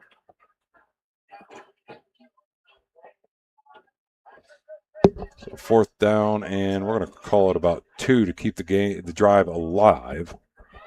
27 if you're trying to find pay dirt on one play. Clock stopped at 14.5 seconds. 35-14 is our score as we come set here. Shotgun formation, 3 right, 1 far side left. Taylor in the backfield on the right-hand side as Hay looks over the defense. Pressure's coming, turns, hands it off on a draw to Taylor. He pushes the pile out across the 25 down to the 24-yard line, or we're going to say, no, he's just shy of that. It'll be close. We'll see here on the official spot if they're going to give him the 1st down or not.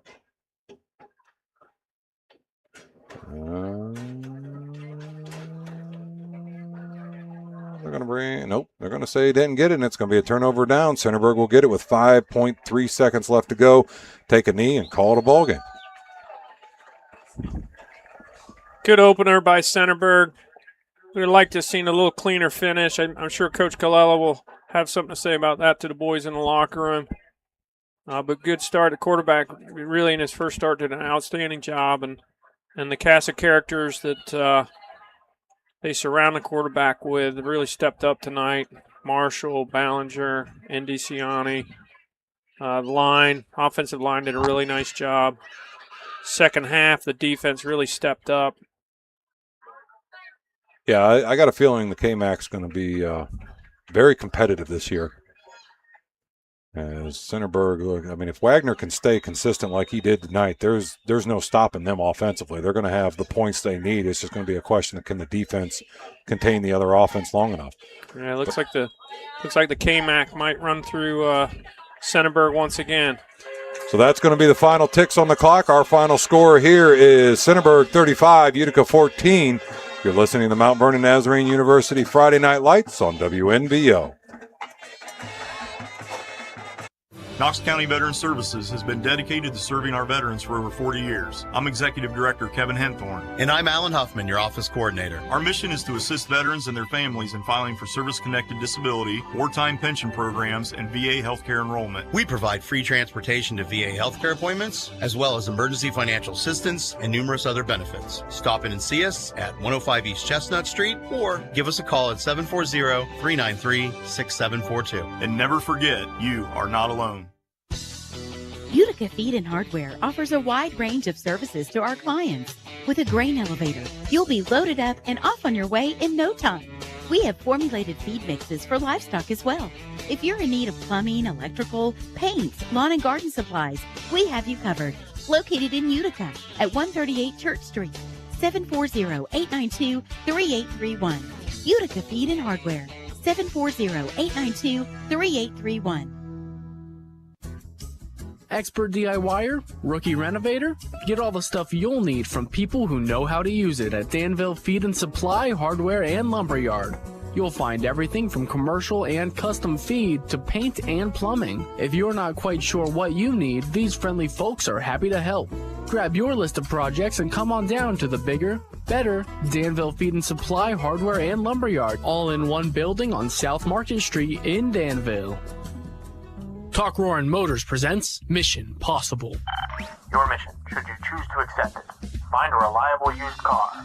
At Talk Roarin' Motors in Mount Vernon, the owner takes the case personally. No middlemen, no slick tricks, just one guy on a stakeout searching the lot and beyond for your perfect ride. Your mission is possible when you visit TalkRoarin'Motors.com right now. I'm Ahmad, your mission specialist. Visit TalkRoarin'Motors.com or on Facebook today. So our final score here after week one action, Centerburg 35, Utica 14. And Will, it was a little bit of kind of what we expected out of Centerburg and a little bit of kind of what you expected out of Utica. Great competitive first half, 14-14 at the half. Second half, Centerburg really took the bull by the horns in the game. They got those two nice turnovers. They were able to generate those turnovers, the fumbles, continue to have those big plays. Played much better defensively. I think for Utica, Coach Rowley, when he looks at the film either tonight or tomorrow, really they just left some points on the field right there at the end of the first half. That really hurt them.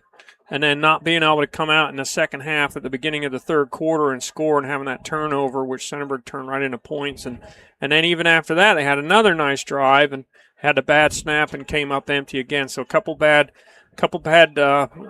missed opportunities and then a couple bad turnovers, and that was really the difference. And then down the stretch, you could see the fatigue start to set in, and Utica gets a little bit dispirited. We talk about how momentum in high school football is just so important, and Centerburg was able to grab the momentum and get the win. Indeed, and that's going to be interesting to see how it plays out over the next week or so for Centerburg with that young quarterback, Wagner. First game jitters, he laughed at that and did a great job throwing the ball, running the ball, making decisions on the read-run options, and if he can continue that, like we said, throughout the season, it's going to be another battle to get out of the KMAC with Centerburg in here. Utica next week is going to be playing host to Danville. We'll have that as game number 2 on our stations and YouTube, and Will and I will be at Mount Vernon as Newark travels up the road to take on the Yellow Jackets. So for all our team back in the studio, for Delaney here changing the pixels, for Will here giving you great commentary, I'm Kyle Kerstetter. You've been listening to the Mount Vernon Nazarene University Friday Night Lights. Have a great week and God bless.